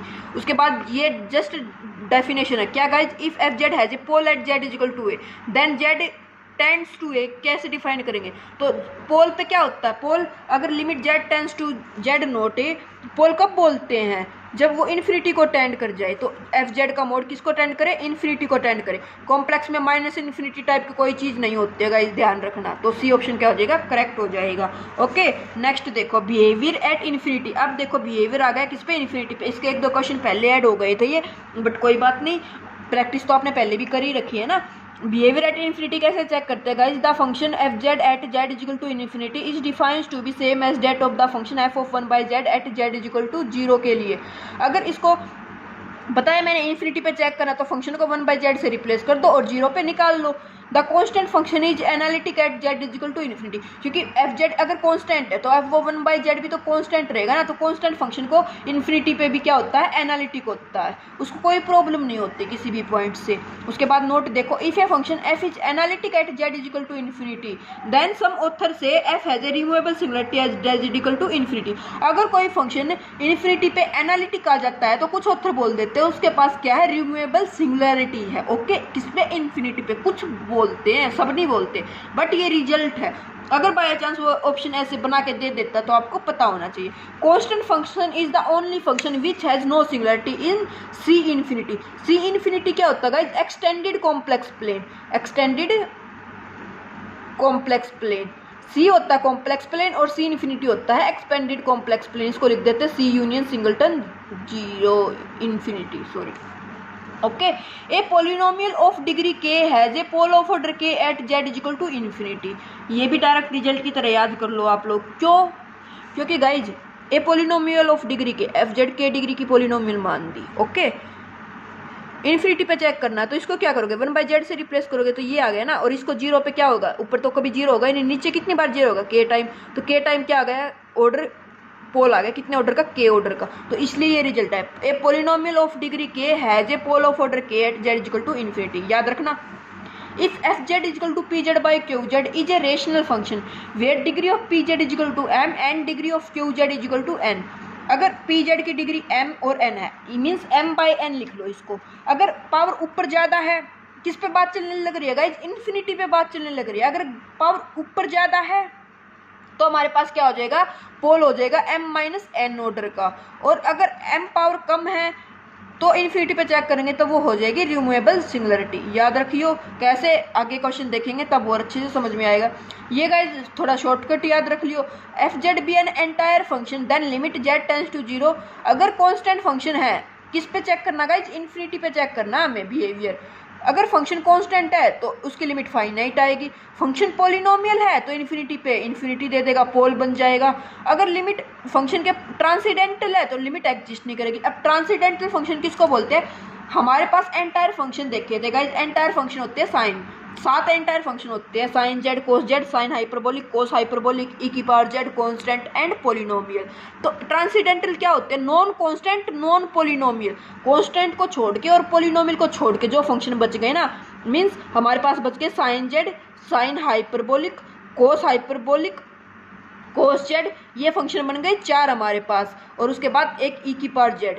ये 5 फंक्शन है जो मतलब हम जनरली क्या बोलते हैं? Transcendental function. Okay, non constant, non polynomial, entire function. अब एंटायर फंक्शन इनका डिवीजन में भी हो सकता है, इनकी कंपोजिशन में भी, मल्टीप्लिकेशन में भी, किसी में भी हो सकता है। ओके, अभी इसके बाद देखो गाइस इसमें क्या है। अब क्वेश्चन आ गए हमारे इन्फिनिटी पे बिहेवियर चेक करने के। तो क्या दे दिया? एफ जेड दे दिया 1/sin 1/z, 1/sin 1/z। इसीलिए मैंने आप लोगों को बताया था डिनोमिनेटर देखो कितने हैं, एक यहाँ पे है और एक यहाँ पे। इस क्वेश्चन में 2 डिनोमिनेटर है गाइस, लेकिन हमें किस पे चेक करना है? इन्फिनिटी पे चेक करना। अगर इन्फिनिटी मेंशन नहीं करता तो एक बार तो कंप्लीट को 0 से इक्वेट करते, एक बार इसको 0 से इक्वेट करते, तो जो जेड पॉइंट होता है ना वो लिमिट पॉइंट बन जाता है और उसमें बोल देते नॉन आइसोलेटेड सिंगुलैरिटी। ठीक है ना, आपने अगर प्रैक्टिस कर रखी है तो समझ गए होगे अभी। लेकिन अभी किस पे बताना है? इन्फिनिटी पे बताना है। तो 1/z को किससे रिप्लेस करो? z से। तो z को 1/z से रिप्लेस किया, यहाँ पे करेंगे 1/z को z, तो 1/sin z। अब देखो डिनोमिनेटर कितना है? एक ही डिनोमिनेटर है, इसको 0 से इक्वेट कर दो तो z की वैल्यू आ गई n पाई। तो 1/n पाई मीन्स 0, साइन 0 एक ही बार होगा क्योंकि कोस है। n पाई पे क्या दे देगा? या तो 1 या -1, डिपेंड करेगा n इवन है या ओड है। तो ऊपर से कभी 0 होगा ही नहीं, नीचे से एक बार 0, तो क्या बन गया? पोल बन गया। कितने ऑर्डर के? सिंपल ऑर्डर के। z = n पाई, n 0 भी होगा इसमें इंक्लूड। ओके, तो जो z = 0 है वो भी क्या बन गया हमारे पास? से पोल बन गया एक ऑर्डर का। उसके बाद देखो guys e power z -1/e power z। अगर नॉर्मली इन्फिनिटी पे ना पूछता तो ये फंक्शन क्या था? एनालिटिक था। आप बोलोगे ऐसे कैसे एनालिटिक था? अरे e की पावर z कभी भी 0 होता ही नहीं है ना गाइज, याद रखना आप लोगों को, e की पावर z कभी भी 0 नहीं होता। अब किस पे चेक करना है? इन्फिनिटी पे। तो इन्फिनिटी के लिए क्या करेंगे? z को इक्वेट करेंगे 1/z से, तो z 1/z -1/1/z। अब देखो एक डिनोमिनेटर यहाँ पे आया, एक यहाँ पे आया, एक यहाँ पे आया। इस पॉइंट को तो कोई प्रॉब्लम है नहीं, इसको फंक्शन को प्रॉब्लम है ओनली 0 से, 0 पे डिफाइन नहीं होगा। अब देखो इसको डिनोट करो 0 से। e की पावर z -1 को 0 से किया, e की पावर z = 1, तो e की पावर 1/z क्या लिख सकते हैं? 2n पाई आइटा। 1/z की वैल्यू आ गई 2n पाई आइटा, तो z = 1/2n पाई आयोटा आ गई। ये कैसी सिंगुलरिटी आ गई गाइस? 0 पे आइसोलेटेड एसेंशियल सिंगुलरिटी आ गई। आइसोलेटेड एसेंशियल या फिर नॉन आइसोलेटेड एसेंशियल, 2 टाइप की सिंगुलरिटी होती है गाइज। अब देखो मैंने आप लोगों को एक रिजल्ट बताया था, ये फंक्शन डिफाइन नहीं होगा। ओके, लेकिन यहाँ पे देखो अगर e पावर में था r2r p2e, याद करो p2e पोल टू एसेंशियल। कब? फंक्शन देखो e की पावर fz मान लो इसको 1/z, fz अगर 1/z हमारे पास, तो z = 0 पे क्या देगा गाइज? ये पोल देगा। कितने ऑर्डर का? एक ऑर्डर का। पोल आ गया। पोल किस पे जाता है? एसेंशियल पे। तो इस कंप्लीट फंक्शन की क्या हो जाएगी? एसेंशियल सिंगुलरिटी हो जाएगी। कैसी सिंगुलरिटी होगी? एक ही चीज 0 एक ही आई है ना, तो isolated essential singularity. I hope समझ आ गया होगा वो वाला रिजल्ट। सेकंड में देखो e power z +1 divided by e power z -1 at z = infinity. Same 1/z से रिप्लेस करो। अब देखो एक डिनोमिनेटर ये है, एक यहाँ पे है, एक कंप्लीट वाला, तो इसको 0 से इक्वेट कर दो। e की पावर z 1/z -1 = 0, 1/z क्या पे 2n पाई आइटा, z आ जाएगा 1/2n पाई आइटा, पुट करोगे 0 आ जाएगा। ठीक है ना। लिमिट पॉइंट इसका क्या आ जाएगा गाइज? इसमें लिमिट पॉइंट आ जाएगा 0। आप बोलोगे कैसे? एक 0 यहाँ से आएगी, एक 0 यहाँ से आएगी, नेबरहुड में 2 टाइम आ जाएगी, तो क्या बन जाएगी? नॉन आइसोलेटेड एसेंशियल सिंगुलरिटी बन जाएगी। ऑप्शन यही देगा वो, पोल बनेगा isolated essential, non isolated essential या फिर रिमूवेबल। तो क्या बन जाएगी गाइज? इसकी नॉन आइसोलेटेड एसेंशियल सिंगुलरिटी बन जाएगी। ये क्वेश्चन आपको ट्राई करने हैं guys. E power Z by e power z minus one, infinity पे बताना आप सभी को इनका बिहेवियर कि क्या होगी, isolated essential, non isolated essential, या फिर पोल या फिर रिमूवेबल। सोल्व करके कमेंट करके बता देना। ओके, एफ जेड दे दिया e power z minus one by e power z plus one, one by sine z या फिर sine one by z. Okay, ये 4 क्वेश्चन दे दिए, इनको क्या करना है, सोल्व करना है और बताना है आप लोगों को। नेक्स्ट है guys residue at a point. अब बात आ गई रेसिड्यू की, तो रेसिड्यू कैसे निकालते हैं। देखो, let z nought be an isolated singularity of a function f and r be the positive number such that f Z is analytic at each point z for which जो open neighbourhood है वो less than हो r और positive हो। Means residue क्या होता है guys, लोरेंट जो एक्सपेंशन होती है उसमें हम बी एन देखते हैं, 1 by z minus Z note की पावर 1 को देखते हैं कि चेक करना होता है। हमारे पास लोरेंट सीरीज ये होती है, f Z is equal to n goes from 0 to infinity a n z minus Z note की power n plus n goes from 1 to infinity b n z minus Z note की power minus n. ये होता है regular part, ये होता है principal part. तो principal part में जो B1 होता है वो होता है 1/2 pi at f z d z. तो इसी को बोल देते हैं residue at infinity, sorry residue at a finite point. Infinity के लिए भी रिजल्ट होते हैं, वो आगे देखेंगे। रेसिड्यू एट, अब देखो रेसिड्यू हम निकाल लेंगे, कितने वे से निकाल लेंगे, किस किस क्वेश्चन का निकाल लेंगे, सब लिखा हुआ है, बस आप देखते जाओ। If f z has a pole of order 1, residue at simple pole. Guys क्या है हमारे पास, रेसिड्यू एट सिंपल पोल। तो कैसे निकालोगे, अगर एक ऑर्डर का पोल है तो रेसिड्यू निकल जाएगा direct, limit Z tends to Z nought, जिस ऑर्डर का पोल है ना उसकी इतने एफ जेड से मल्टीप्लाई कर दो, एफ जेड कंप्लीट मान लेंगे। अब देखो पहले जिस पे चेक करना होता था ना उसको छोड़ देते थे, लेकिन अभी रेसिड्यू के केस में अगर मान लो फंक्शन इस टाइप का है ना 1 बाई जेड माइनस वन, तो हमें पता है जेड इजिकल टू 1 क्या है, सिंपल पोल है। तो अगर आपको कंप्लीट फंक्शन ये वाली लिमिट अप्लाई करनी है तो आप इसको ऐसे करोगे, z minus Z nought 1 by z minus, इससे ये कैंसिल आउट होकर लिमिट 1 आ जाएगी। ओके, ऐसे करना है। Residue at a pole of order n, तो अगर n ऑर्डर का पोल बन जाता है तो रेसिड्यू कैसे निकालेंगे, तो इसका फॉर्मूला होता है 1 by n minus one factorial. Cauchy फॉर्मूले में क्या था guys, 2 pi iota by n minus one factorial था।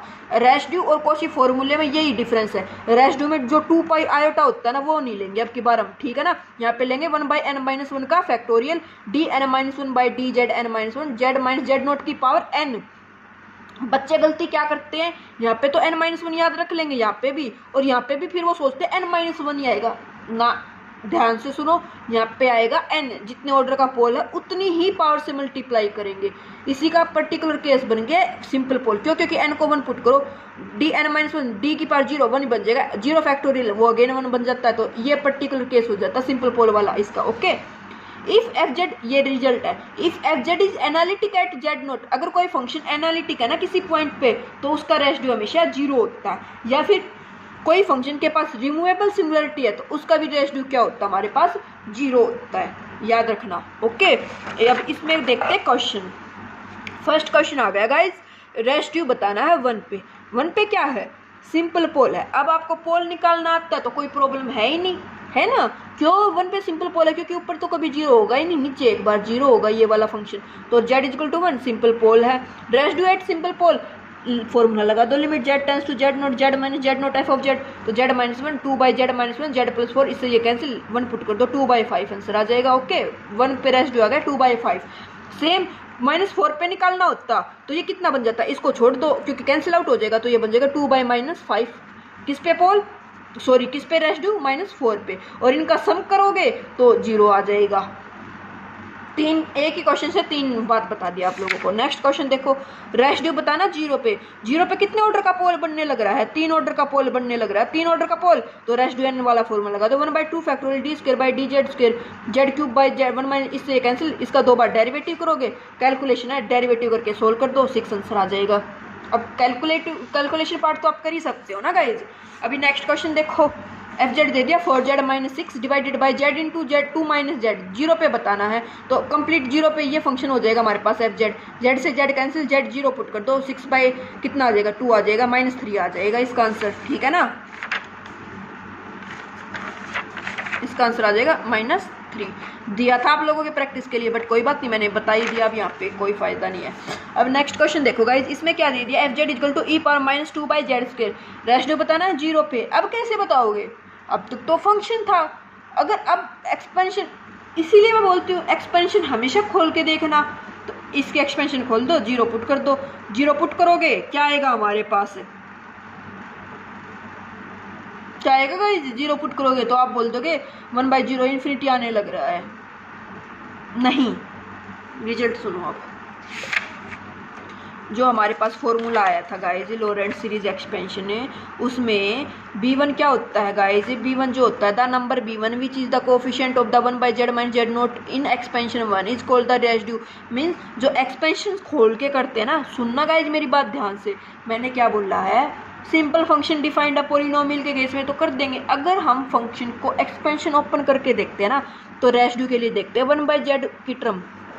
अगर 1/z की टर्म का जो कोफिशिएंट है ना a नोट, a1 मान लो इसको, या फिर b नोट मान लो, b1, हाँ ओके b1, फाइनल b1 जो कोफिशिएंट है ना, ये देखना होता है। तो इस एक्सपेंशन में 1/z की टर्म है क्या, e पर z स्क्वायर चलने लग रहा था, z की टर्म तो आएगी ही नहीं, तो इसका रेशियो हो जाएगा गाइस 0।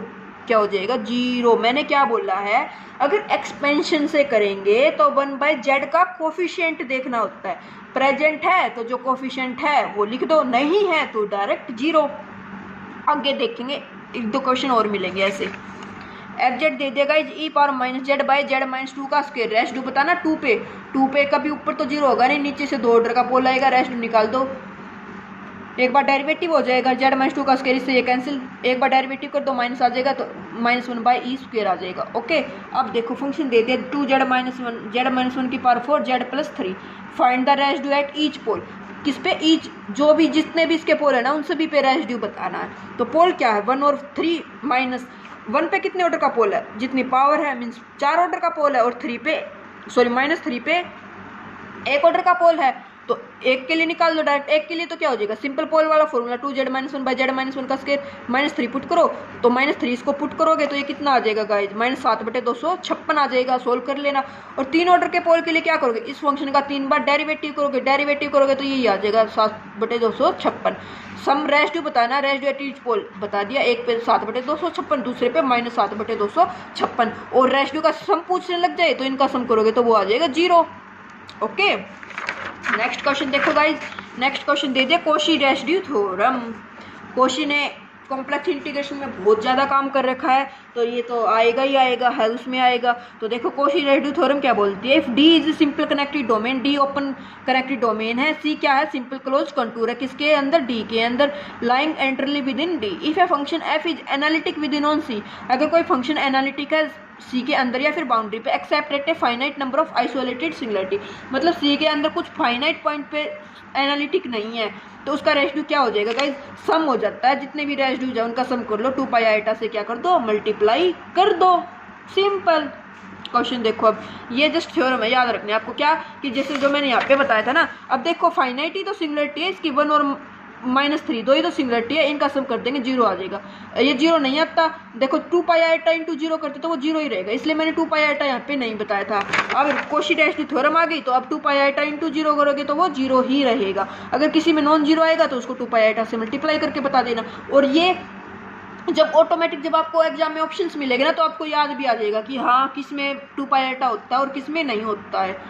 ठीक है, अब देखो क्वेश्चन दे दिया गाइस, इसलिए मैंने इस क्वेश्चन को यहाँ पे इंक्लूड किया, क्यों, क्योंकि अब तक हम देखते लग रहे थे सर्कल, है ना, मोस्टली हम क्या देख रहे थे गाइस, सर्कल देख रहे थे, कि हमें दे देता था कंटूर सर्कल वाला ही, half radius, 2 radius, 3 radius, 5 radius, कुछ भी रेडियस सर्कल देता था। अब देखो क्या दे दिया, 16x² + y² + 4 फंक्शन दे दिया, इंटीग्रेशन z/z+1 z² + 1। अब इसके अंदर कैसे चेक करोगे गाइस, जाओ 11th-12th में पढ़ते थे, इलिप्स, पैराबोला, हाइपरबोला।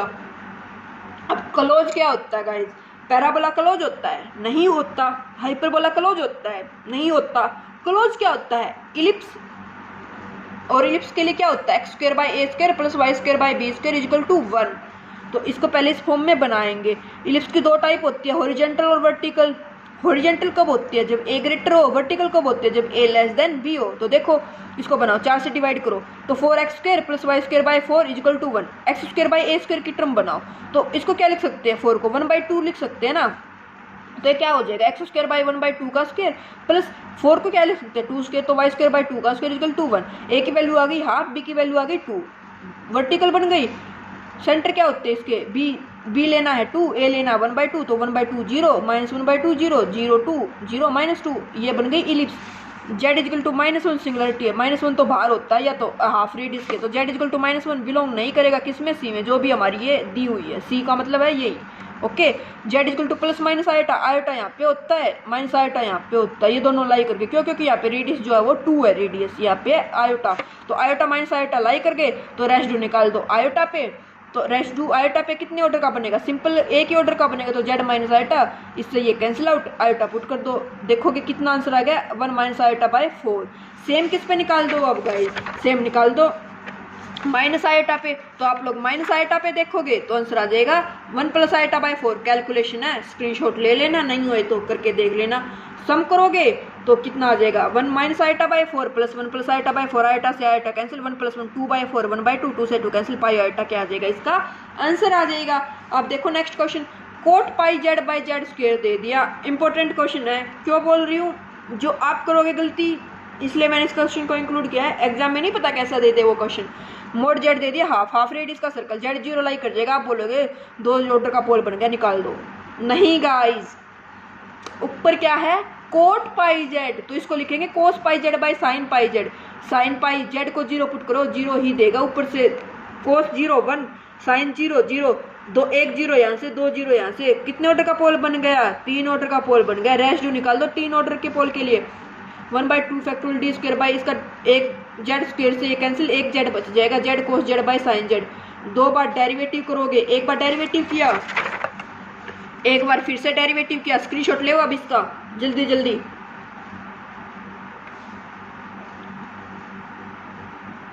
दो बार डेरिवेटिव कर दिया। डेरिवेटिव करने के बाद लिमिट क्या पुट करनी है गाइस, 0 पुट करनी है, लिमिट जैसे ही 0 पुट करोगे 0/0 फॉर्म बन जाएगी।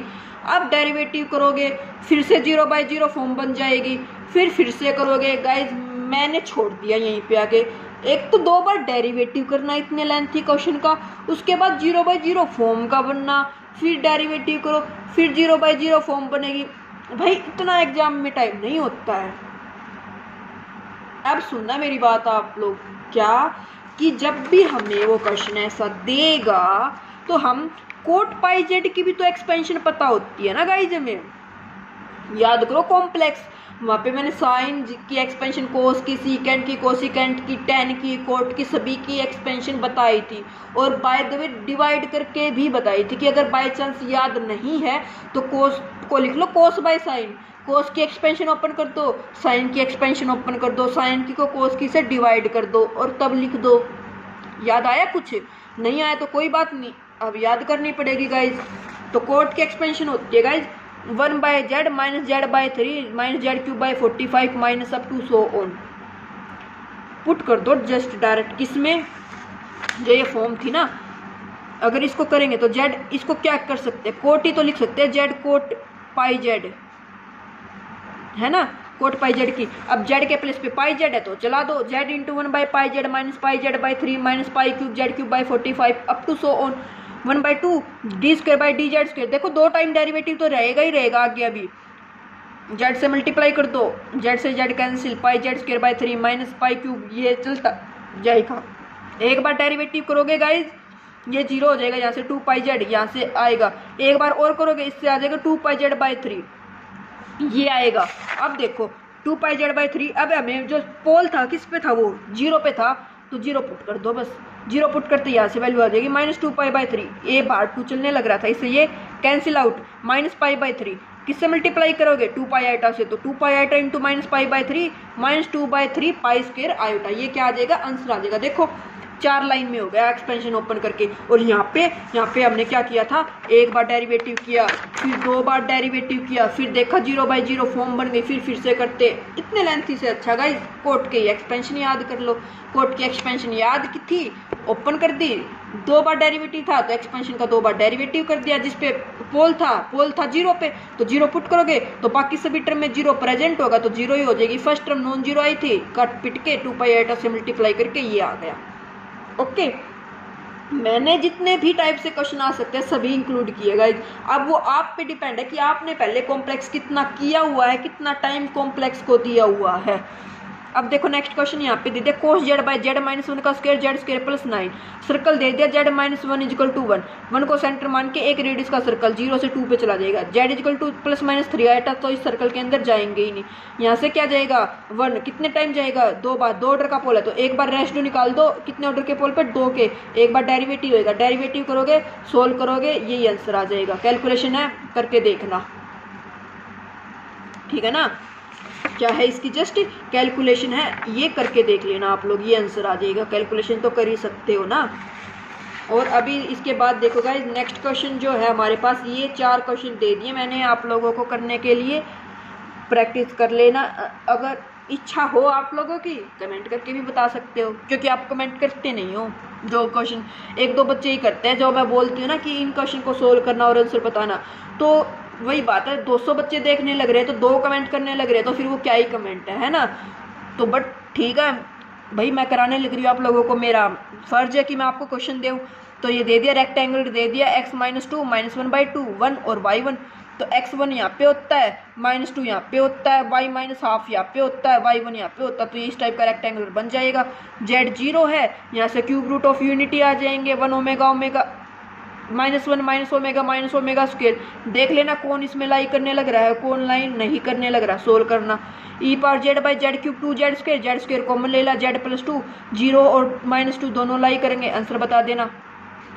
Z square plus 4z plus 13 क्या है अब ये हमारे पास, इसको कैसे निकाल लोगे गाइज, इसको फैक्टराइज करना, सेकंड ऑर्डर क्वाड्रेटिक इक्वेशन है, रूट निकाल लेना। अब देखो अगर रूट इस जो सर्कल बनेगा इसके अंदर लाई करने लग रहे तो आंसर 0 आ जाएगा। क्यों, क्योंकि मैंने आपको बताया था अगर फंक्शन इस टाइप का ना 1/f of Z minus Z note की पावर n टाइप का, और अगर सभी सिंगुलरिटी जो है वो सर्कल के अंदर आ जाए तो इंटीग्रेशन डायरेक्ट 0 हो जाता है। बट कंडीशन क्या है, जो n है ना, जो n की पोलिनोमियल की डिग्री है वो 2 या 2 से ज़्यादा होनी चाहिए हमारे पास, तो यहाँ पे 2 है तो ठीक है, चेक कर लेना। अगर सभी इसके अंदर आ जाएगी तो 0, नहीं है तो चेक कर लेना उन पर। अगला दे दिया e पर z by z square -1 z is equal to 2 पे बताना, तो 1 और -1 क्या करेंगे इसके अंदर लाई करेंगे, 1 पे निकाल लेना, -1 पे निकाल लेना, 2 पाई आइटा से मल्टीप्लाई करके देख लेना। ओके, अब जो नेक्स्ट क्वेश्चन आता गाइज वो आता है हमारे पास टॉपिक रेसिड्यू एट इन्फिनिटी। अब किस पे निकाला था हमने, residue at a finite point, अब निकालेंगे रेसिड्यू एट इन्फिनिटी। तो इन्फिनिटी पे रेसिड्यू कैसे निकालते हैं, देखो let f be an analytic in a deleted neighbourhood of the point at infinity, then residue at infinity equal to -1/2 pi iota f of z d z. जब finite point पे था तो वहाँ पे माइनस नहीं था गाइज, वहाँ पे देखो आप लोगों को मैं दिखा देती हूँ, इसलिए मैंने इन पेजेस पे आपकी बार वर्क किया है कि ज़्यादा ना लिखना, बताती रहूँ मैं साथ में। यहाँ पे लिखा था bn 1/2 pi iota f z Z minus Z note की पावर -n+1, तो bn क्या था 1/2 pi iota f z d z, यही तो था, इन्फिनिटी है तो -1/2 pi iota f z d z. ऐसे निकाल लो, 4 मेथड से निकाल लेंगे गाइज इन्फिनिटी पे रेसिड्यू, चारों मेथड से एक क्वेश्चन सोल्व भी करके दिखाया है मैंने, उसके बाद आपको करने हैं। सेकंड मेथड क्या होता है गाइज इन्फिनिटी पे निकालने के लिए, एक्सपेंशन से करो ना, तो जो भी 1/z को देखो, फाइनाइट के लिए क्या देखा था, जस्ट 1/z को कोफिशिएंट देख दिया था, है ना। देखो जैसे ये क्वेश्चन आया था, इसमें मैंने आपको बोला था कि 1/z को कोफिशिएंट नहीं है तो 0। अब मैं क्या बोलने लग रही हूँ गाइज, अगर इन्फिनिटी पे चेक करने लग रहे हो ना, तो जो 1/z का कोफिशिएंट है ना उसके आगे नेगेटिव लगा देना जस्ट। अगर जैसे मान लो 1/z का कोफिशिएंट था हमारे पास 2, तो आंसर आ जाएगा -2 इन्फिनिटी पे रेसिड्यू। अगर आंसर था 1/5 तो रेसिड्यू आ जाएगा -1/5 किस पे, इन्फिनिटी पे। ओके, थर्ड मेथड है तक बोलता गाइस इन्फिनिटी पे चेक करना है ना, तो माइनस से मल्टीप्लाई कर दो, रेसिड्यू निकाल दो, जो फंक्शन है ना उसको 1/z से रिप्लेस कर दो, 1/z स्क्वायर से मल्टीप्लाई कर लो और 0 पे निकाल दो, यही आ जाएगा।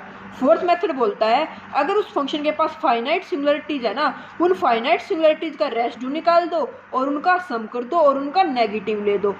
4 मेथड है गाइस, एक क्वेश्चन चारों मेथड से कराने लग रही हूँ। देखो क्वेश्चन दे दिया ये वाला, z³ by z square -1 residue at z equal to infinity. Method देखो फर्स्ट वाला क्या था, -1/2 pi iota f z d z, इसको छोड़ दोगे तो ये इंटीग्रेशन होता है जब, तो इसकी सिंगुलरिटीज का सम करके निकालना आता है 2 पाई आइटा से मल्टीप्लाई करके, याद आया हो तो आपको, कल वाले कॉम्प्लेक्स इंटीग्रेशन में बहुत क्वेश्चन किए थे इस टाइप के। तो -1/2 pi iota f z d z, तो -1/2 pi iota as it is रखो, 1 और -1 है इस फंक्शन के पोल, 1 पे निकाल लो वैल्यू 1/2 आ जाएगी, -1 पे निकाल लो 1/2 आ जाएगी। सम क्या आ जाएगा 2 पाई आइटा 1/2 1/2 तो कितना हो जाएगा 2/2 1 2 pi iota by 2 pi iota cancel out -1 answer आ गया मेथड 1 से। मेथड 2 क्या बोलता है 1/z की कोफिशिएंट का नेगेटिव ले दो। इसको क्या लिख सकते हैं गाइज जेड स्क्वायर कॉमन ले दो तो जेड स्क्वायर से जेड स्क्वायर कैंसिल एक जेड बचेगा z into 1 - 1 by z square इसको ऊपर ले जाओ तो z into 1 - 1 by z square की पावर -1 1 माइनस जेड की पावर -1 ओपन करनी आती है 1 + z square up to 1 binomial open कर दो 1 + 1 by z square + 1 by z 4 up to so on Z को मल्टीप्लाई कर दो Z + 1 by Z + 1 by Z cube expansion क्या कोफिशिएंट कितना है 1 इन्फिनिटी पे चेक करना तो क्या लगाना आगे नेगेटिव लगाना तो -1 इससे भी आंसर -1 आया इससे भी आंसर -1 आया।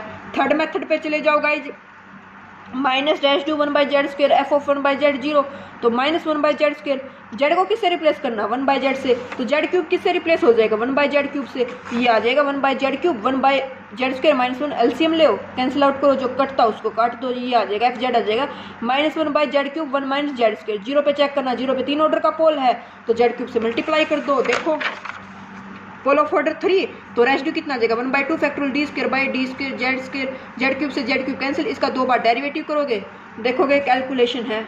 अब कैलकुलेशन तो नहीं बताने वाली मैं क्योंकि गाइज बोलते बोलते गला भी दुखने लग गया यार बट अभी वही बात है ये 25 आसपास पेज है आज तो इस लेक्चर को कंप्लीट करेंगे पार्ट 3 पे नहीं जाने देने लग रहे 15-20 मिनट का ही काम रहता है हो जाएगा तो कैलकुलेशन कर लेना इसकी आंसर 0 पुट करोगे -1 आ जाएगा।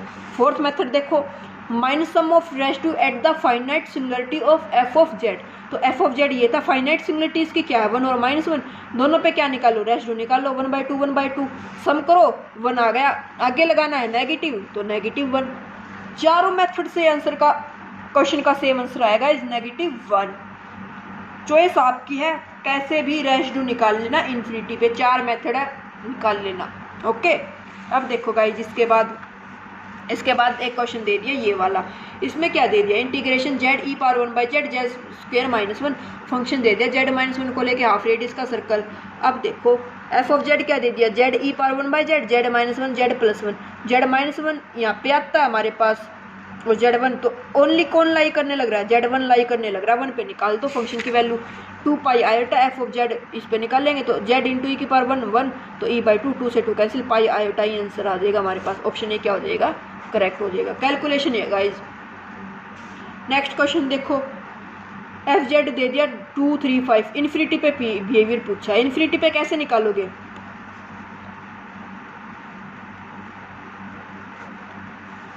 मैंने बताया था फोर्थ मेथड फाइनाइट सिंगुलरिटीज का रेशियो निकालो सम कर दो 2 पे निकाल लो रेशियो 3 पे निकाल लो 5 पे निकाल लो सम कर दो तीनों का -10 आ जाएगा। ओके गाइज आई होप समझ में आया होगा।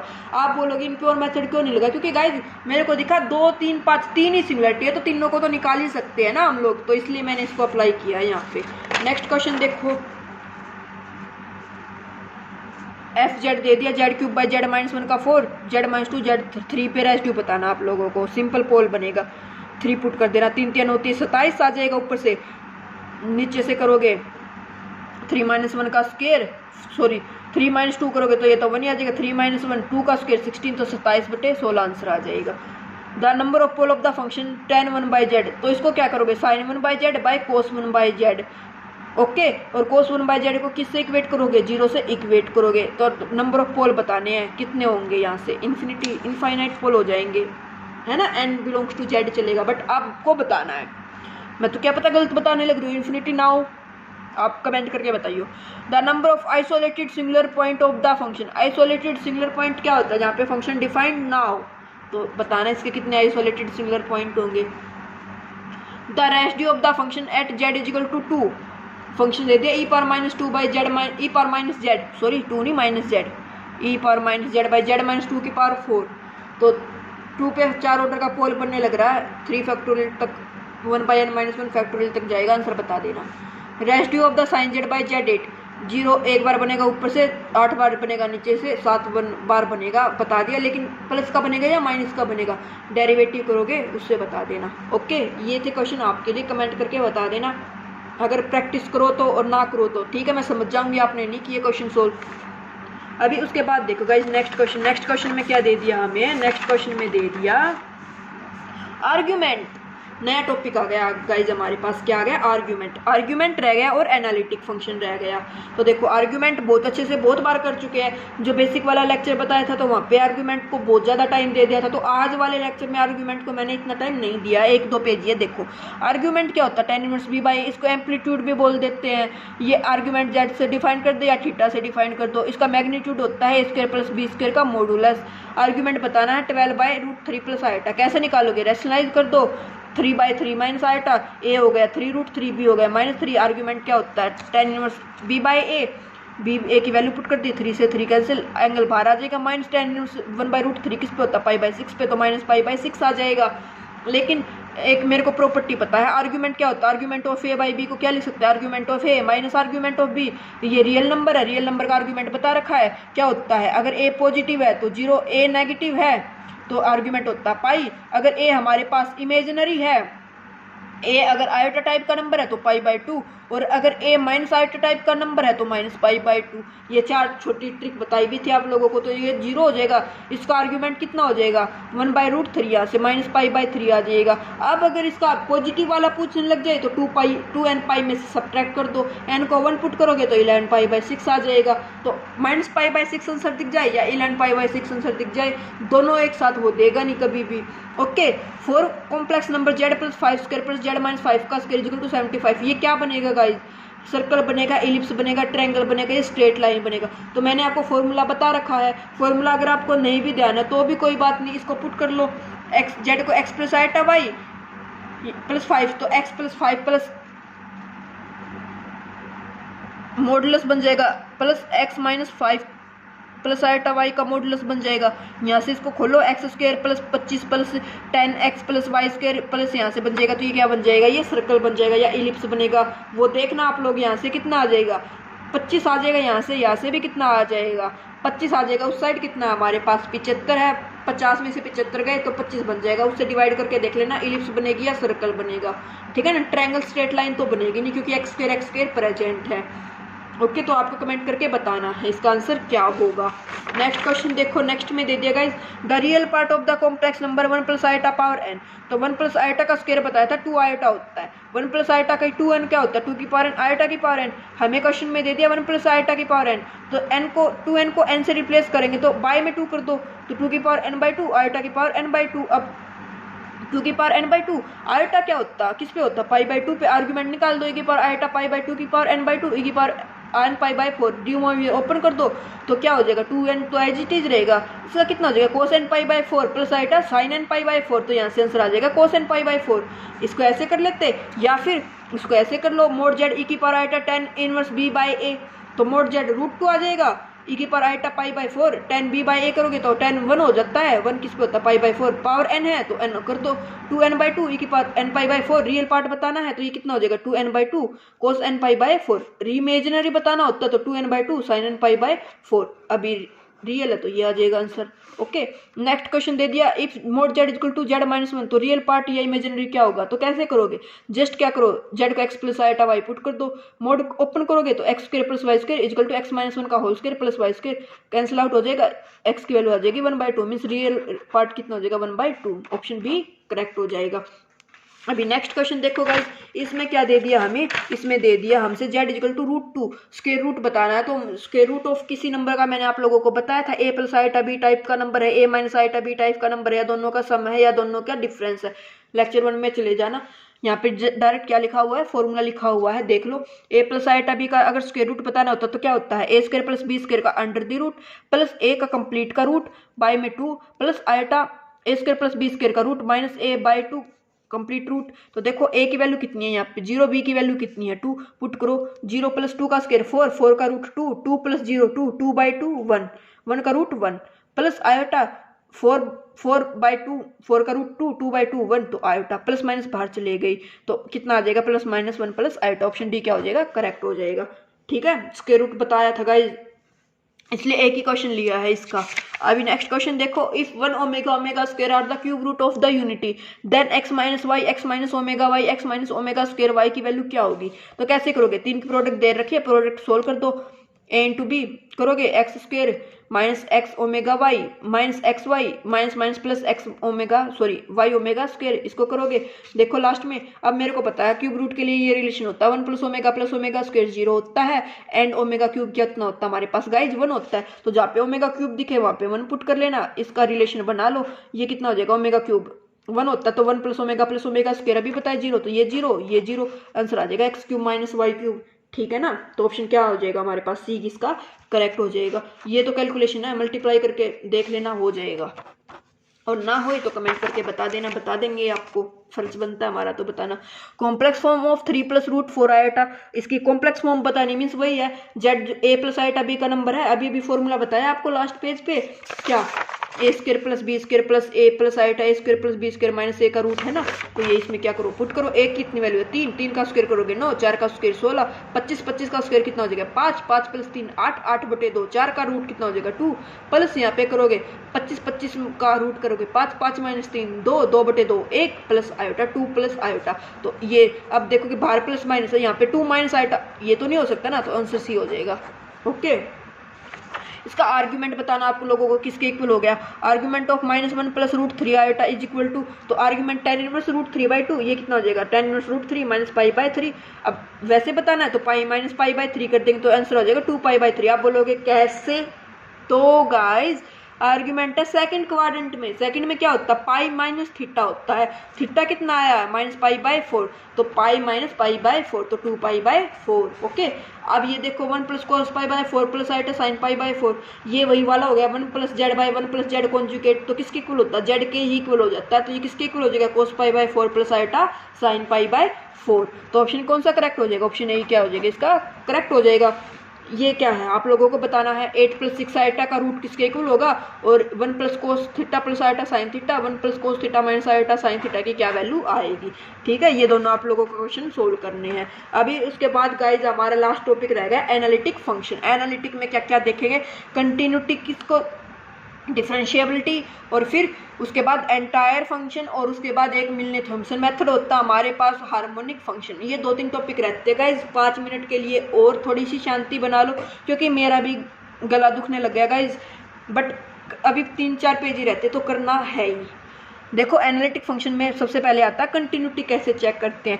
ए complex function f is continuous at a point Z naught if each of the following condition hold, her condition, each में तीनों कंडीशन हो, जो भी कंडीशन है वो होल्ड होनी चाहिए। क्या, limit Z tends to Z naught, function की लिमिट एग्जिस्ट करनी चाहिए, फंक्शन उस पॉइंट पे डिफाइंड होना चाहिए, और लिमिट और फंक्शन की वैल्यू क्या आनी चाहिए, इक्वल आनी चाहिए, तो फंक्शन को बोल देंगे कंटिन्यू है। लिमिट एग्जिस्ट नहीं है, function not continuous. A function F Z is equal to u plus iota v is continuous at a point z is equal to Z naught क्या है x naught plus iota y naught, if and only if u x y and v x y are continuous. अगर कोई function u plus iota v type का, u real part v imaginary part, उसको continuous बोलेंगे किसी point Z not पे, कब, जब you और वी क्या है हमारे पास कंटिन्यू हो जाए। डिफरेंशिएबल फंक्शन किसको बोलते हैं, the function F Z equal to u plus iota v said to be differentiable function at a point Z naught if f Z is continuous at point Z naught and limit. ये formula guys पढ़ लेना, formula आप लोग पढ़ सकते हो, फॉर्मूले में कुछ नहीं है, पता होना चाहिए। जेड रियल में भी करके आएगा इस बहुत बार, z tends to Z not F z by f z naught, z minus z naught limit exist finitely, differentiable exist. But अगर ऐसे ना करे तो, क्योंकि हर क्वेश्चन तो इस वजह से नहीं होगा ना, तो एक नेसेसरी कंडीशन होती है क्या, सी आर इक्वेशन सेटिस्फाई हो जाए। If a function F Z is equal to u plus iota v is differentiable at a point then first order partial derivative of u plus v exist and satisfy u x is equal to v y u y is equal to minus v x. C R equation satisfy कर जाए तो necessary condition होती है। अगर सी R satisfy नहीं की तो function differentiable नहीं होगा। करने लग रहा है तो एक सफिशिएंट कंडीशन भी होती है, वो क्या होती है guys, if the real function uxy vxy are continuous and have first order partial derivative in the some neighborhood of a point, if u and v are satisfy CR equation then fz को ऐसे लिख सकते हैं। Means अगर sufficient condition क्या होती है, जो first order partial derivative I है वो कैसे भी होने चाहिए, वो हमारे पास कंटिन्यूस भी होने चाहिए, continuous first order partial derivative necessary थी। CR इक्वेशन सेटिस्फाई सफिशिएंट है, first order partial derivative continuous. Analytic function किसको बोलते हैं गाइज, अब देखो अगर कोई फंक्शन डिफरेंशिएबल होता है ना तो उसको ऐसे लिख देते हैं f Z equal to u x plus iota v x. C R का यूज कर तो यू एक्स किसके इक्वल होता है, u v x u y के, तो u x minus iota u y आ जाए, कहीं पे ये आ जाए या ये आ जाए, चारों की बात एक ही है, मीनिंग एक ही है। एनालिटिक फंक्शन किसको बोलते हैं? A function f is said to be analytic at a point z naught if there exist an open disc centred at z naught such that f is differentiable at every point of d. अगर function domain के हर point पे क्या है, differentiable है, तो function को क्या बोल देंगे, एनालिटिक बोल देंगे। Here it is clear that f is differentiable at z naught belongs to d, domain का पॉइंट है z naught। Function not differentiable eight point z naught, तो उस पॉइंट पे फंक्शन को क्या बोल देंगे, एनालिटिक भी नहीं है। Function not continuous implied not differentiable implies not analytic. अगर कंटिन्यूटी ही होल्ड नहीं करने लग रही तो वो कभी भी डिफरेंशिएबल भी नहीं होगा, ना कभी भी एनालिटिक होगा। अगर फंक्शन कंटिन्यूस है तो डिफरेंशिएबल होगा, कुछ नहीं बोल सकते। उसके बाद गाइस बात आती है एंटायर फंक्शन। एंटायर फंक्शन किसको बोलते हैं? जो कंप्लीट होल कॉम्प्लेक्स प्लेन में क्या हो जाए, एनालिटिक हो जाए। एनालिटिक क्या था, डोमेन में डिफरेंशिएबल हो जाए। डिफरेंशिएबल क्या था, सी आर सेटिस्फाई करे, first order partial derivative exist करे। तो ऐसे हर एक दूसरे से रिलेट करके चलना। एंटायर फंक्शन क्या है, if a function f is analytic in whole complex plane then that function is called the entire function. Whole complex plane याद रख लेना इसके लिए, ओके। अब उसके बाद है guys question, determine the point on which the function is continuous differentiable and analytic। F Z they they real part. अब रियल पार्ट क्या होता है, Z plus Z bar by 2। Z क्या होता है, x plus आईटा Y plus x minus आईटा Y, आईटा Y से आईटा Y cancel, तो 2x by 2, तो x आ गया 2। तो real imaginary C R satisfy के लिए यू एक्स आ गया 2, वी आ गया 0, डेरिवेटिव करो यू एक्स आ गया 1, वी वाई आ गया 0। सी आर सेटिस्फाई नहीं हुई, क्यों? क्योंकि u x equal to v y क्या 1 0 के कभी इक्वल होता है, नहीं होता। C R not satisfy implies function not differentiable. Continue है, यस, क्यों? क्योंकि एक्स क्या है, पोलिनोमियल फंक्शन है, पोलिनोमियल कंटिन्यूस होते हैं। डिफरेंशिएबल नहीं है, डिफरेंशिएबल नहीं है तो ये एनालिटिक भी नहीं होगा। ओके गाइज, एफ जेड दे दिया mod z square. Mod z क्या होता है, x square plus y square का रूट। अब स्क्वायर है तो root cancel, x square plus y square, u आ गया ये, वी हो गया 0। सी आर देखो, सी आर किस पे सेटिस्फाई होगी, फंक्शन 0 0 पे सेटिस्फाई होगी, और किसी पॉइंट पे सी आर सेटिस्फाई नहीं होगी। क्यों? क्योंकि 2y equal to 0, this imply y 0 होना चाहिए और x भी 0 होना चाहिए। तो ओरिजिन पे भी एक ही पॉइंट पे फंक्शन डिफरेंशिएबल होगा। तो एनालिटिक के लिए तो क्या था, होल जो डोमेन है उसके हर पॉइंट में फंक्शन डिफरेंशिएबल हो तो एनालिटिक बोलेंगे। लेकिन यहाँ पे तो ये क्या है, एक ही पॉइंट पे डिफरेंशिएबल है, तो एक पॉइंट पे डिफरेंशिएबल से एनालिटिक नहीं बोल सकते ना। तो ये डिफरेंशिएबल तो हो जाएगा 0 0 पे, बट एनालिटिक नहीं होगा।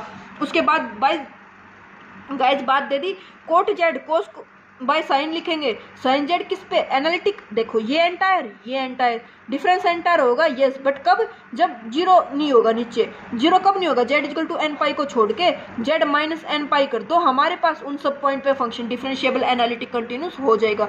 सेम दे दिया कोसिकेंट, इसको लिख देंगे 1 बाई साइन जेड, इसके भी यही आ जाएगा हमारे पास अगेन। ओके गाइज, अभी उसके बाद देखो ये क्वेश्चन है, ये आप लोगों को करने हैं। The only function among of the following that is analytic. Real part अभी किया है, एनालिटिक नहीं है। ये जो कंडीशन होती है x minus iota y, u हो गया एक्स, वी हो गया माइनस वाई, यू एक्स करोगे 1, वी वाई आ जाएगा -1, ये कभी भी इक्वल नहीं होते, तो ये भी एनालिटिक नहीं होगा। साइन जेड एंटायर फंक्शन होता है, पता है, एनालिटिक का डायरेक्ट आंसर लगा देना। इमेजिनरी पार्ट 0 क्या होता है, Z minus z conjugate by 2 iota, ये भी एनालिटिक नहीं होता है गाइज। उसके बाद है क्वेश्चन ये, द फंक्शन एफ सी से सी जाने लग रहा है, defined by Z e power Z conjugate, entire होगा नॉट एनालिटिक, एनालिटिक डोमेन में नन ऑफ दिस। कैसे करोगे गाइज, एक फॉर्म होती है डिफरेंशिएबिलिटी की, सेकंड फॉर्म ई कर लिया बाय कर ली जेड बार को 0 से इक्वेट कर देंगे, ई की पावर जेड बार का ई की पावर जेड बार होगा, ये कभी भी 0 नहीं होगा। तो ये क्या होने लग रहा है, not analytic and any point analytic. तो अब देखो मैंने बता दिया कभी भी 0 के इक्वल नहीं होगा, तो बट ऑप्शन में कैसे जाओगे, यहाँ तक अगर लेक्चर में आ गए हो तो मैं इसका आंसर नहीं बताने लग रही, आप कमेंट करके पूछना तब मैं बताऊंगी, या फिर खुद का दिमाग लगाना और मुझे बताना कि ये फंक्शन जो है हमारे पास ये एनालिटिक होगा, एंटायर होगा, या नॉट एनालिटिक होगा, या नन ऑफ दिस। तो कमेंट करके बताइयो, और नहीं आता तो पूछ लियो। If the function F Z is continued at z naught, then अगर कोई फंक्शन किसी पॉइंट पे कंटिन्यू है तो उसको क्या बोलेंगे, डिफरेंशिएबल बोल देंगे, नहीं। एनालिटिक बोल देंगे, नहीं। Not necessary differentiable, yes. Continuous है तो डिफरेंशिएबल हो भी सकता है और नहीं भी हो सकता। ओके, अभी नेक्स्ट क्वेश्चन देखो गाइज, टॉपिक आ गया harmonic function, Laplace equation. A real function phi x y of 2 variable x and y is said to be harmonic in domain D, domain है डी, उसके अंदर फंक्शन को harmonic बोलेंगे कब, जब वो हमारी ये कंडीशन सेटिस्फाई करे, कर ली स्क्वायर फाई बाय कर ली एक्स स्क्वायर प्लस कर ली स्क्वायर फाई बाय कर ली y square equal to 0। If a function analytic in a domain then it is infinitely many times differentiable. अगर कोई फंक्शन किसी डोमेन में एनालिटिक हो जाता है तो वो इनफाइनाइट टाइम क्या हो जाएगा, डिफरेंशिएबल हो जाएगा, इनफाइनाइट टाइम कंटिन्यू भी हो जाएगा। कंट्रापोजिटिव क्या है guys, let f z u plus iota v है, एनी फंक्शन है defined on D such that u and v is not harmonic. अगर उसका real and imaginary part harmonic नहीं आता है तो वो फंक्शन कभी भी एनालिटिक नहीं होगा। अगर कोई फंक्शन एनालिटिक है तो उसका रियल इमेजिनरी पार्ट करके ये कंडीशन सेटिस्फाई करेगा, कोई जरूरी नहीं है।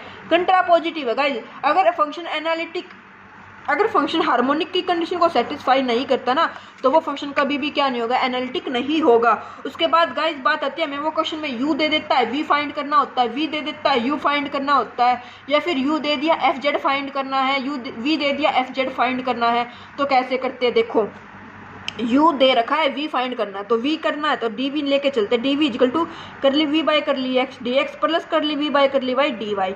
v x किसके इक्वल होता है, माइनस u y के, क्योंकि u गिवन है तो u का तो with respect to x y derivative कर सकते हैं, CR यूज कर, तो u v x होता है माइनस u y के, v y होता है u x के। अब m dx plus n dy form निकाल दो। अब ये जो फॉर्म होते हैं ओडी से इसका सोल्यूशन निकालना आता है, integration m d x plus n term not containing x d y equal to c. V given है तो डी यू में लेके चलो, करली यू बाई करली एक्स, इसमें क्या करो अगेन सी आर सेटिस्फाई करा दो। वी गिवन है तो वी वाई भी एग्जिस्ट करेगा, वी एक्स भी एग्जिस्ट करेगा, जस्ट फिर से m d x plus n d y form हो जाएगी, m d x plus term not containing x d y equal to c. Solve करोगे क्वेश्चन, देखो अभी जैसे इसका एक क्वेश्चन क्या आ गया गाइज, ये आ गया। इससे पहले एक मिलने थॉमसन मेथड भी होता है गाइज हमारे पास, मिलने थॉमसन मेथड, इसमें क्या होता है गाइज, यू दे दिया एफ जेड निकालना, तो यू कैसे निकालते हैं, u x z zero minus iota u y z zero d z plus c. V दे दिया तो v y z zero v x z zero d z plus c. आप बोलोगे ये कैसे याद नहीं होते, तो देखो मैं आपको शॉर्ट ट्रिक बताती हूँ।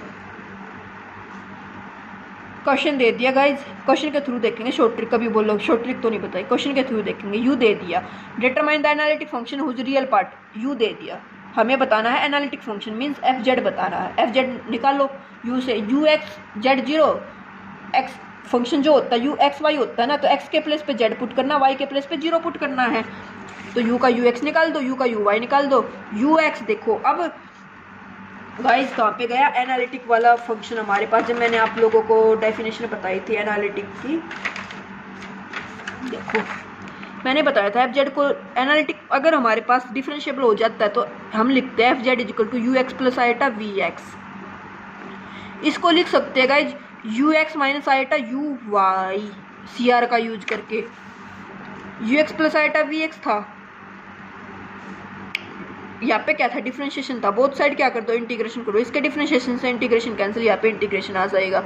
ओके वी एक्स के इक्वल बताएगा माइनस यू वाई के, तो u x minus iota u y के, बस सिंपल। अब याद रख लेना एक्स को जेड पुट करना, वाई को जीरो हमेशा। ये कैसे आया गाइज, मैंने ये बताया आप लोगों को, अगर आपको ये वाली चीज़ याद है तो। अब देखो एक्स के प्लेस पे जेड पुट करो, वाई के प्लेस पे जीरो पुट करो, तो 3z² प्लस 6z प्लस 2 ये आ जाएगा, डेरिवेटिव कर दो z³ plus 3z² plus 2z, ये हमारा क्या आ गया फंक्शन आ गया, आंसर आ गया। गाइज यू दे दिया हाफ लोग x² प्लस y², यू पूछ रखा हमसे, क्या पूछ रखा है v, यू नहीं v पूछ रखा है। तो देखो ऑप्शन देखो, सॉरी यहाँ पे क्या था, तो u क्या होगा, हार्मोनिक होगा, नॉट हार्मोनिक होगा, हार्मोनिक कंजुगेट होगा, तो v क्या होगा हमारे पास, नन ऑफ अबोव। तो देखो हार्मोनिक के लिए क्या करेंगे, Laplace u double dash x निकाल लो, u डबल डैश वाई निकालो, सम करोगे जीरो आ जाएगा, तो हार्मोनिक तो ये हो गया, b कैंसिल आउट हो गया। हार्मोनिक कंजुगेट, अगर हार्मोनिक है तो उसका कंजुगेट एग्जिस्ट करेगा मीन्स v, तो v कैसे निकालोगे, u की हेल्प से भी निकाल लो। तो देखो फॉर्मूला बताया था dv equal to curly v by curly x d x plus curly v by curly y d y, C R कर दो, u वी एक्स किसके इक्वल होता है माइनस यू वाई के, वी वाई किसके इक्वल होता है यू एक्स के, यू वाई यू एक्स निकाल लेते अभी minus y by x square plus y square, ये हो गया m, ये हो गया n, डेरिवेटिव करोगे ये इक्वल आ जाएगी, एग्जैक्ट बन जाएगी, टर्म में पुट कर दो, फॉर्मूले में m प्लस इसमें y क्या होता है कॉन्स्टेंट होता है, टर्म नॉट कंटेनिंग x, तो minus y by x square plus y square d x plus c, y constant है तो y कॉमन ले लो, 1 by d x by x square plus a square को क्या लिख सकते हैं guys, 1 by a tan inverse x by a, put करोगे सोल्व करोगे tan inverse x by y क्या आ गया, इसका हार्मोनिक कॉन्जुगेट आ गया। यू दे दिया e power x cos y v बताना है, एफ जेड बताना है। यू दे दिया e power minus x x sine y minus y cos y, f z बता दियो। यू दे दिया sine x cos hyperbolic y, f z बताना है। नहीं सोल्व होए कमेंट करके बता देना, सॉल्यूशन मिल जाएगा। तो गाइज ये था हमारे पास कॉम्प्लेक्स एनालिसिस का कंप्लीट मैराथन। आई होप आपको वीडियो अच्छी लगी होगी। अच्छी लगे तो अपने फ्रेंड्स के साथ भी शेयर करना। लास्ट टाइम है गाइज, जितनी ज़्यादा औरों की दूसरों की हेल्प को करना क्या जाता है हमारा, है ना। और 9 को तो एग्ज़ाम है ही, टाइम भी आ गया गाइज हमारे पास। तो गाइड 8 तक ही आप लोग पढ़ोगे। आज कितनी हो गई है तारीख, 4 तारीख हो गई है। 4 दिन है आपके पास। जितना अब न्यू कुछ भी मत करना गाइज, कि कोई भी ऐसा टॉपिक उठाओ कि जो आपने पहले नहीं किया है, न्यू सब्जेक्ट मत करना गाइज। जो किया हुआ है उसी को रिवाइज करो ज़्यादा से ज़्यादा। एंड ज़्यादा डिप्रेशन या प्रेशर लेने की नीड नहीं है, एग्ज़ाम अच्छा ही होगा अगर तैयारी की है तो। ओके, और बस कमेंट करके बता देना कैसी लगी वीडियो। चैनल पे न्यू हो तो सब्सक्राइब भी कर लेना और ज़्यादा से ज़्यादा शेयर कर दिया करो गाइज, आप भी सपोर्ट करो थोड़ा सा। Okay, thank you.